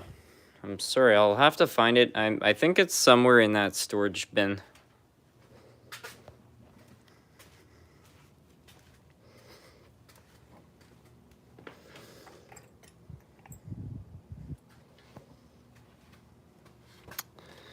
Can you run a shark nose British locomotive? Yeah, we can try to do that. Actually, I'll leave this engine right here on the workbench so that I know to attend to it. I'm certainly going to find it. It cannot be far. What brand is the Hiawatha? It's Riverassi.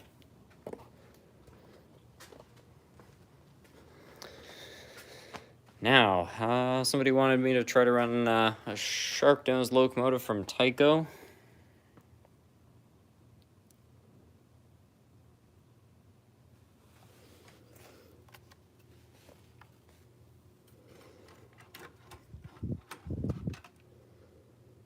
think that one had a problem last time. To tell you all the truth, I don't know if any of these run right. We'll try that one. What brand do you recommend the most? Either, if you're looking for a cheap locomotive, it would be Ather and Blue Box. Those engines run forever.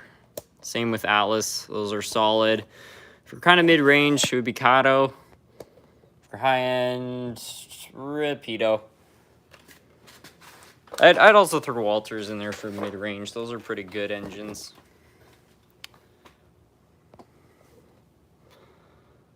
A damaged locomotive is always difficult to sell unless you have the parts. And it's worth nothing to the collector community. Yeah, absolutely. That's something I often say to people. If you're looking for a project locomotive, don't buy one that's missing parts, because trying to hunt down parts for something so niche is practically impossible.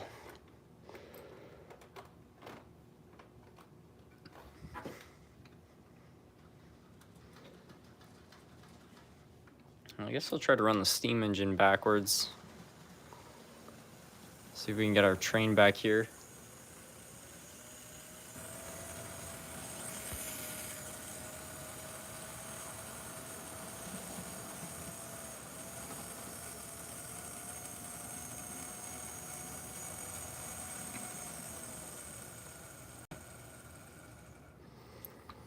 Okay, so we've now got a stuck train, and this apparently doesn't run, so that's another train on the bench.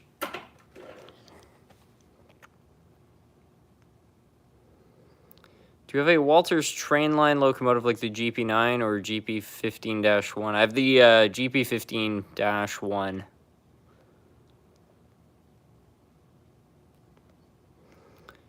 Hello, Harrison. I've come back to apologize. I hope I wasn't spamming before. I suspect I was, but I suspect I was. Sorry.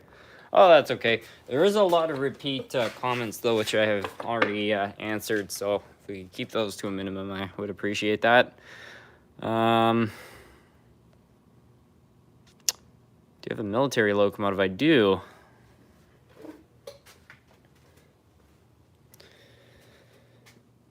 But we need something to go collect that train.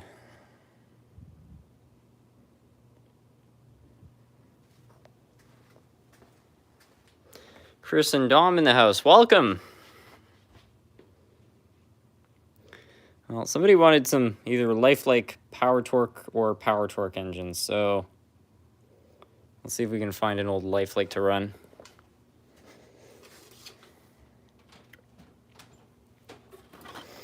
There's an old lifelike.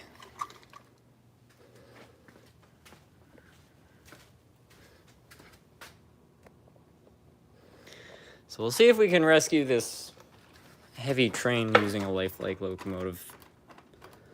I don't know. I don't know if this is the one that I had for a long time or a different one, but I'll send it along here.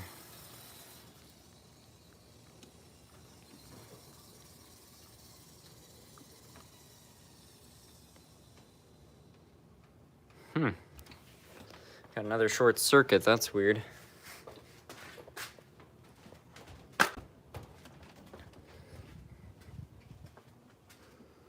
I have a 2007 or a 2008 lifelike F7.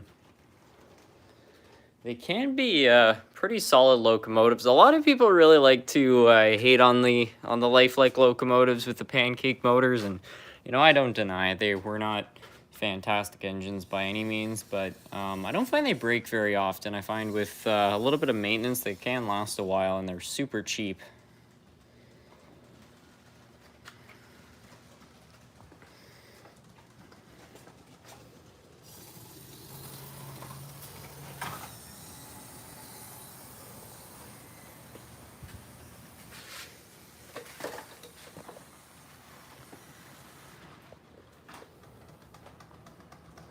Wow, this is turning into a bit of a disaster trying to get this train back.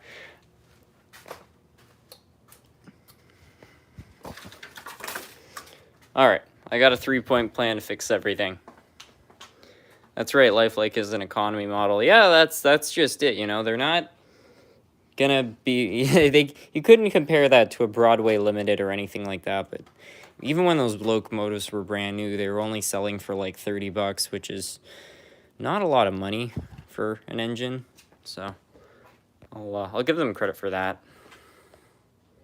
Most of my stunt locomotives have pancake drives. They're good for speed. If you want something to go fast, they will not disappoint. I really wish Lifelike was still around. I think it was cool they were still making these even in recent years.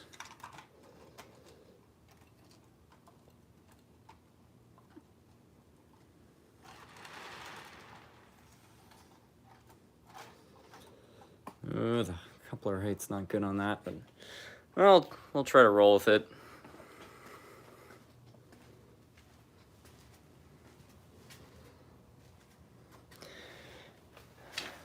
Anyone who does weathering, mask your wheels or take them off, and mask the bearings on the trucks. I spent 15 minutes cleaning paint off of a custom weathered 4-bay hopper. Yeah, that's a very good point. I find you see in a lot of weathering videos, people don't mask off the wheels. And, you know, if you want to do the insides of the wheels with a bit of paint there, that's fine. But, yeah, you do have to make sure you don't cover the contacts because that will mess things up pretty bad.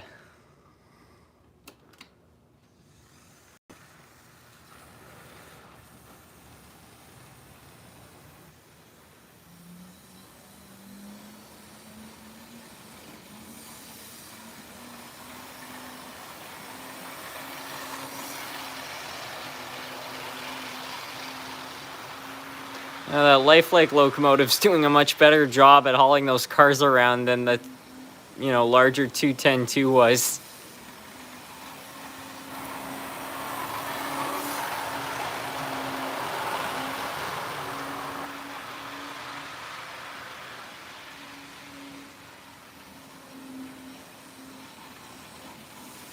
That Super Chief is moving. Yeah, it's pretty strong.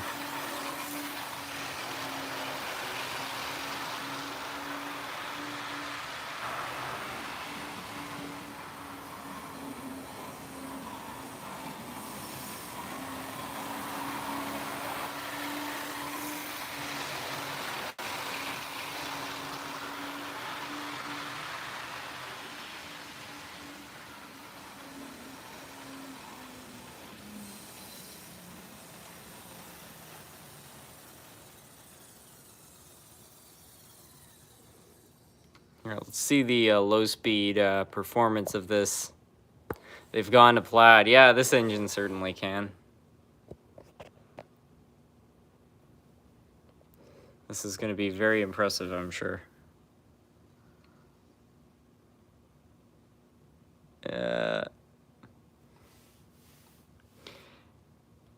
Well, I'll be darned. The Lifelike locomotive can actually creep.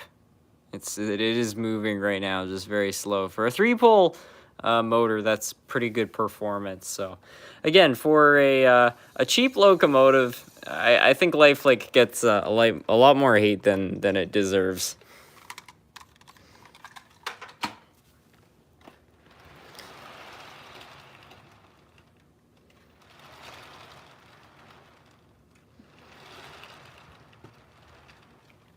I missed a bit of Sparky. How's it going? Welcome to the live stream.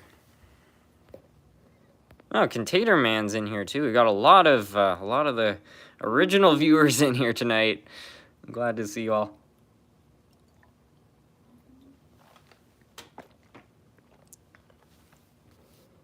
What year is the Lifelike?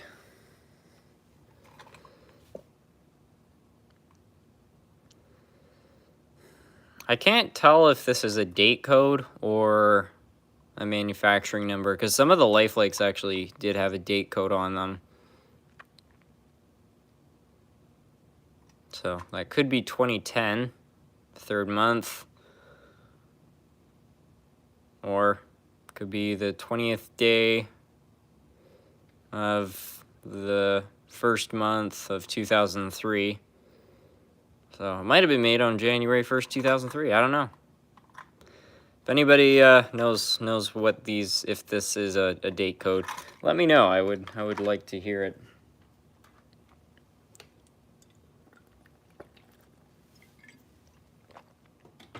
Anyways, I'm not sure what we should get going here next. I kind of want to find that other royal blue. Unless that's the same one, I really don't know. That loco is from the 80s. I don't think it is. It looks a little too modern, in my opinion, because I'm pretty sure Lifelike only started adding windows in the 90s. Or maybe it was the late 80s. I don't know. I know in the 70s, they definitely weren't putting glass in the windows. They were just see-through. We should get one of the original Lifelikes out, though, because those are a lot of fun to run.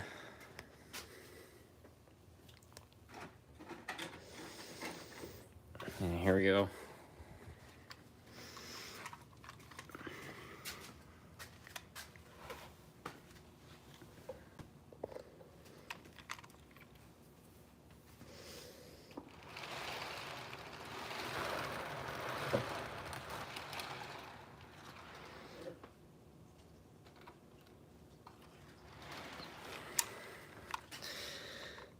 The glass is see-through, isn't it?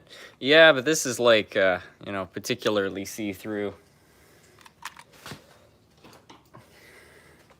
Yeah, the glass is so see-through you can do this.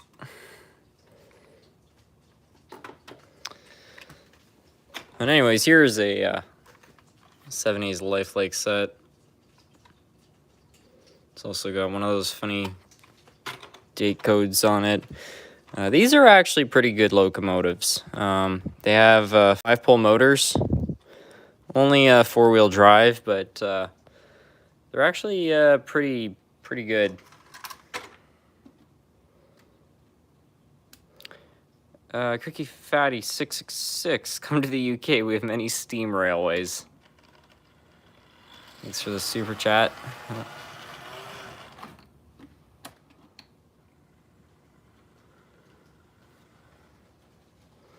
Okay, wheels might be a bit dirty, but it does run.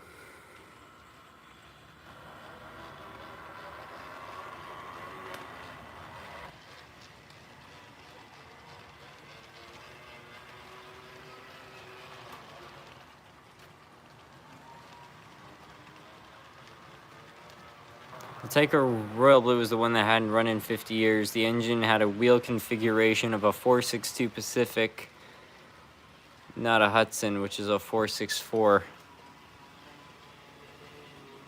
Well, I have this locomotive right here, but I thought I had more than one of those. But I can't figure out where the other one is right now, so I don't know. But I don't think that that's the same one that hadn't run in 50 years. Or if it is the same one, I didn't do a very good job at fixing it because the back wheels look super oxidized.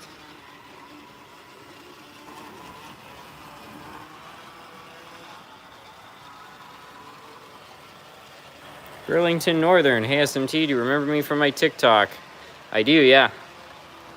I think I subscribed to your channel, if I'm not mistaken.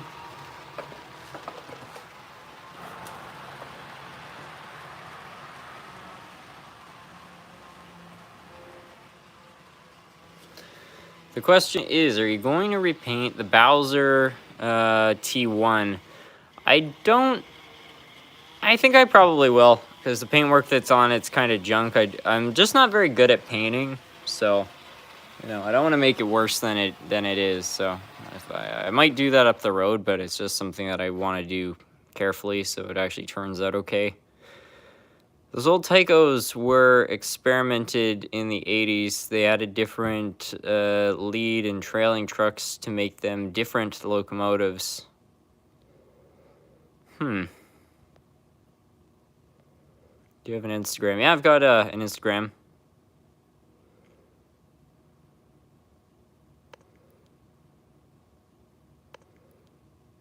Run the Super Chief. Alright. What's the story of the locomotive beside the convenience store? This is out of my dad's original collection. It was one of his first locomotives, which as a kid I unfortunately burned the motor out of. So I put it on display, just so that, you know, instead of it just sitting in storage never being run, it would be part of the layout. But then as I started to get better at fixing trains, I was actually able to put a new motor in it, but it already had a home on the layout. So it is a working locomotive, but it just stays there because that's how it's been for the last 5 years.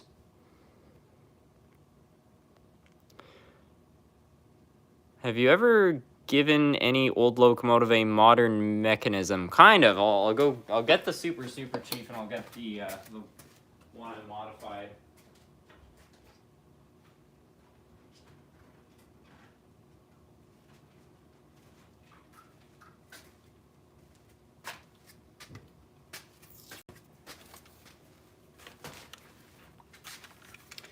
So it's not a brand new mechanism because it's a blue box, which, you know, most of these are 40, 30 years old.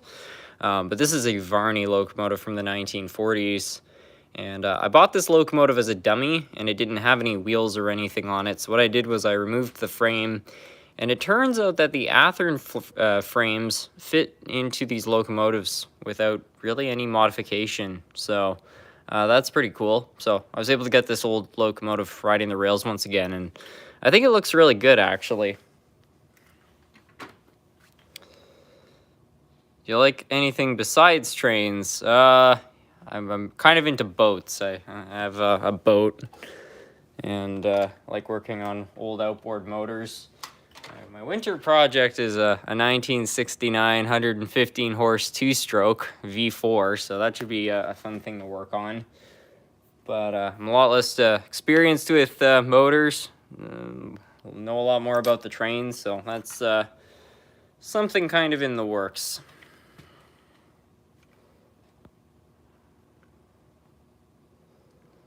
Container Man 68. You can usually find really good deals, like 10 or more for very little money. Fix the broken ones if you can, and they become part of his collection. Yeah. A boat? What kind of boat? It's a 80s bow rider. And I also have a 1969 Sea Ray. That one's really gutted. It was a $500 boat, which, you know, to me for a boat seems like a good deal, especially when, you know, you factor in a trailer as well as a motor. But it has no interior, so I have to rebuild all of that, which is not something I've done anything before. But oh yeah, and the motor was blown up, so that's something. I can show you on my workbench though. Old boats, interesting. Yeah, the trains are always going to be number one, but I always wanted a boat, and yeah, a couple of years ago I was able to finally get my first boat.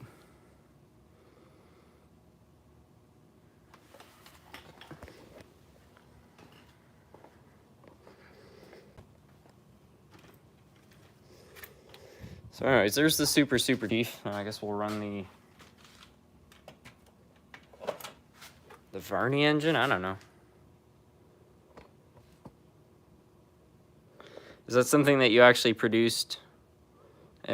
Yeah, I took a... I was telling this story earlier. Basically, if you look at this locomotive carefully, you'll see it's full of all sorts of different cracks.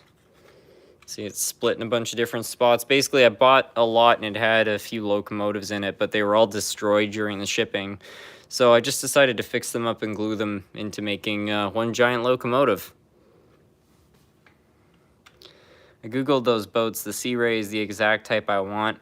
They're really beautiful, and you can find them pretty cheap. But yeah, you have to be careful. I've learned a lot of lessons the hard way. Buying old motors, especially old two-stroke motors. I love two-strokes. It's crazy how much power you can produce from a two-stroke in a small amount of space, but they're very fickle engines. And when you have a two-stroke that has more than one cylinder, it only takes one. It takes one clogged jet, and that's it. You're gonna lean your cylinder out, and the whole motor blows up.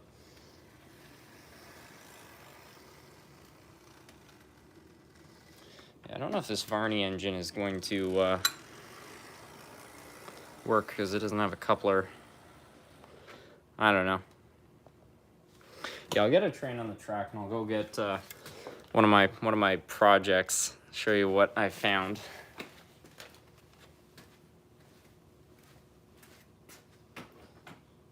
wonder where I should put. I guess we'll get the VIA engine on here because I was ranting and raving about that earlier.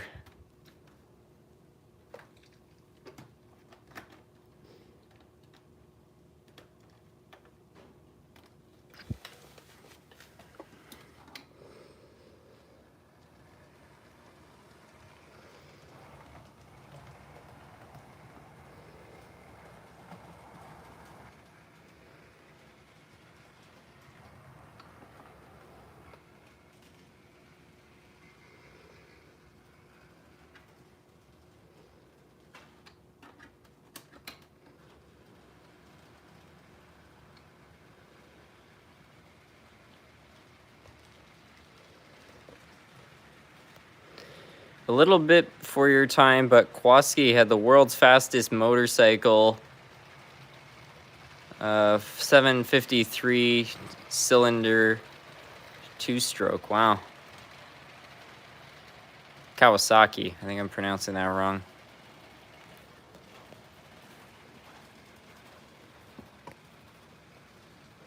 Hey, SMT, do you like ships like Titanic or Queen Mary?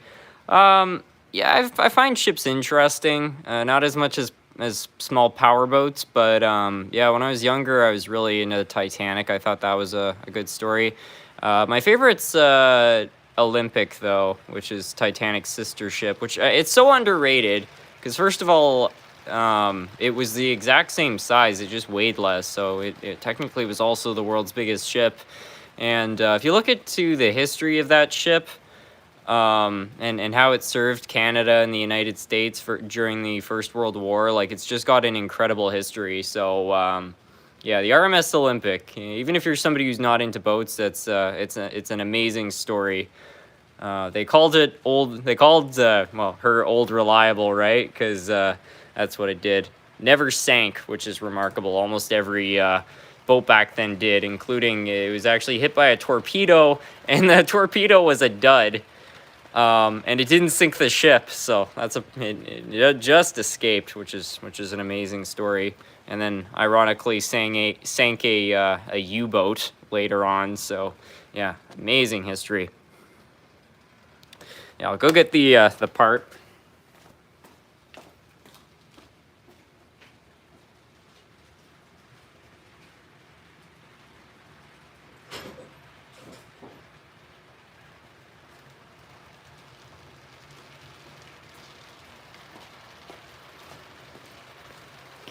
So about a month ago, I was shopping on Facebook Marketplace, and I found a motor. It was selling for $300, and I was like, that's a really good deal. And the guy lived, in the neighborhood. I'm like, no way, there's a guy selling a cheap motor in my neighborhood. One problem, bad compression. There's no compression on one cylinder, so I decided to take my chances on it, and learned the hard way that there was a good reason there was no compression. You see that? Something leaned out so badly that it actually put a hole right through the cylinder. So I was kind of hoping it was just going to be a stuck piston ring, but well, that's something I learned the hard way. But it's fine.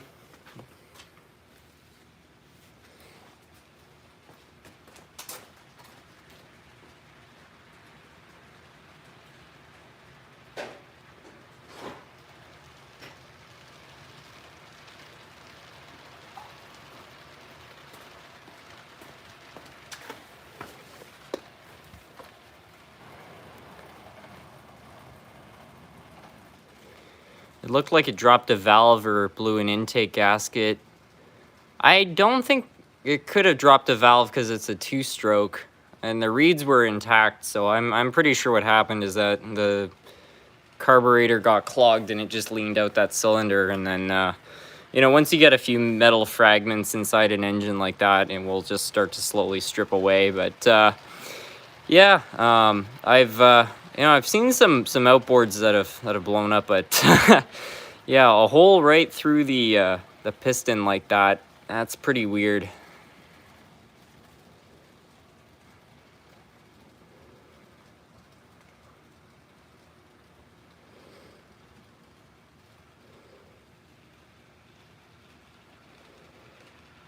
Would you ever do a review on a Lego train set?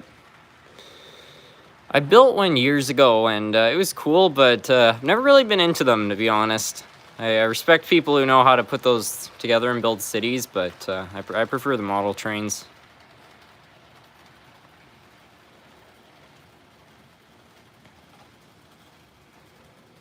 Do you ever run prototypical operations on your layout? Not really. I might start, though, with a freight yard. And I also want to get a wireless module for my DCC controller. That way I can actually run trains, you know, from in different parts of the layout. Sleeves and pistons. Yeah, the inside of the cylinders was they were just as bad as the pistons on that motor. Like, it was really bad, because apparently this is what can happen also with a two-stroke is carbon builds up behind the rings, and the rings actually get stuck, and then they snag on the intake port, and then they snap off. So that could have happened too. I don't know. Are you aware of Arnold model trains? I've heard of those. I don't know a whole lot about them, though. Are you still doing a charity live? Absolutely. It's probably going to be within the next 2 weeks. Do some sort of a charity. And I got a suggestion from somebody to do a charity about cancer research. And I think that that's a really good cause. I'm not sure specifically which one I'm going to go to, because obviously there's more than one research, you know, charity organization, so we'll have to find one. But I just want something that's kind of apolitical. That's the only thing, you know, I don't want to get involved with is any political charities that have some sort of a political association. But other than that, yeah, I think it's going to be for that, and we'll give the big boy locomotive away to someone. I'll have to try to get some mods together so we can write down the names of everybody. But yeah, we'll see. I think it'll be good.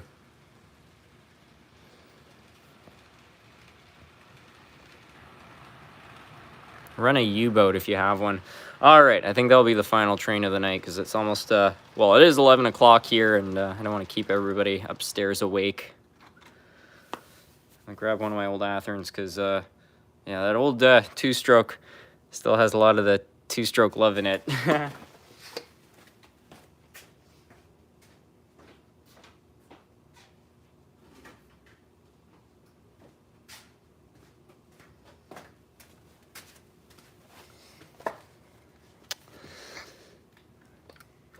I think I got less grease on this hand.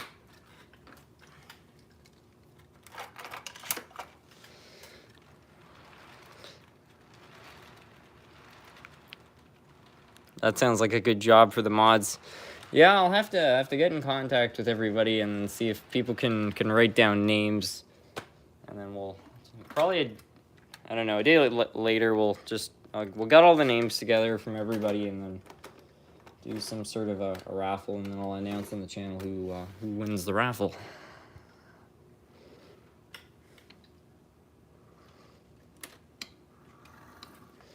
Whoops.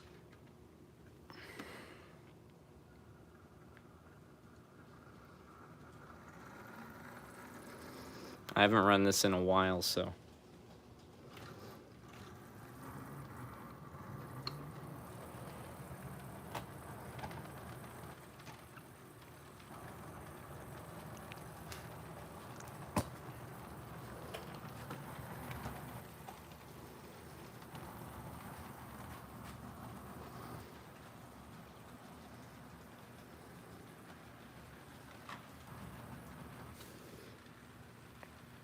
Are you gonna start a restoration project on the N-scale layout? I think so. I want to get advice from everybody, though. Should I replace the baking flour with baking soda? Has anybody used baking soda as snow? Because a lot of people were suggesting that, but I haven't heard of that before. So, I don't know. Tell me what you think, but I think I do want to keep it a winter layout, so I need to recoat it with something. Maybe put some sort of an adhesive, that way it can actually stick to the layout this time. Baking soda.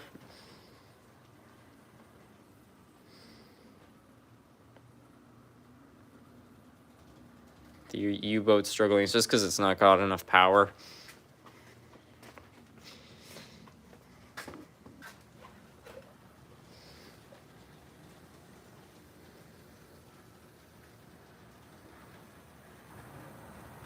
Someone compared me to you because I have like 1 million F units. That's funny.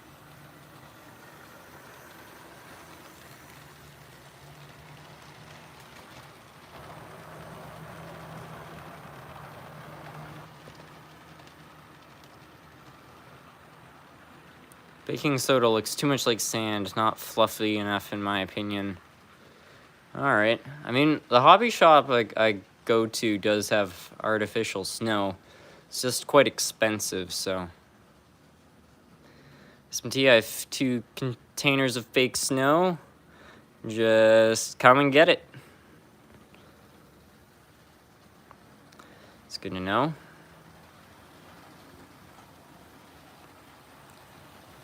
Woodland Scenics. You could use Floam. Don't cheap out, buy the Woodland Scenic stuff. No, baking soda is bad. Use the Woodland Scenics. Alright, I think, I guess I'm convinced. Yeah, because using flour to try to make snow on the layout is a bad idea. It's gotten into everything, and I'm going to have to end up cleaning a lot of gearboxes out, because it's certainly, on some of my older engines, got inside. It's stuck to the lubricants and dried them out, so that's no good. I'm not sure if you saw my 2022 Christmas contest layout, but I used canned snow that you pour in water and it expands. I could try something like that. A few years ago, I tried to buy some, you know, you can buy that artificial snow you spray on windows around the holidays.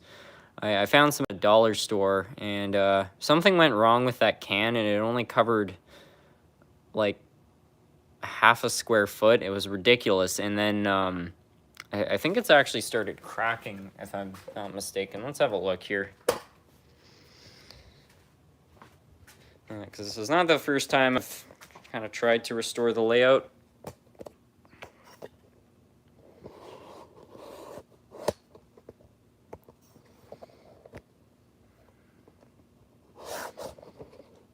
Yeah, so I bought a can for $1, and this was the result. And you can see it's all coming apart and stuff. Utter junk. It's even worse than the flour. So, yeah, I don't want to go down that road again.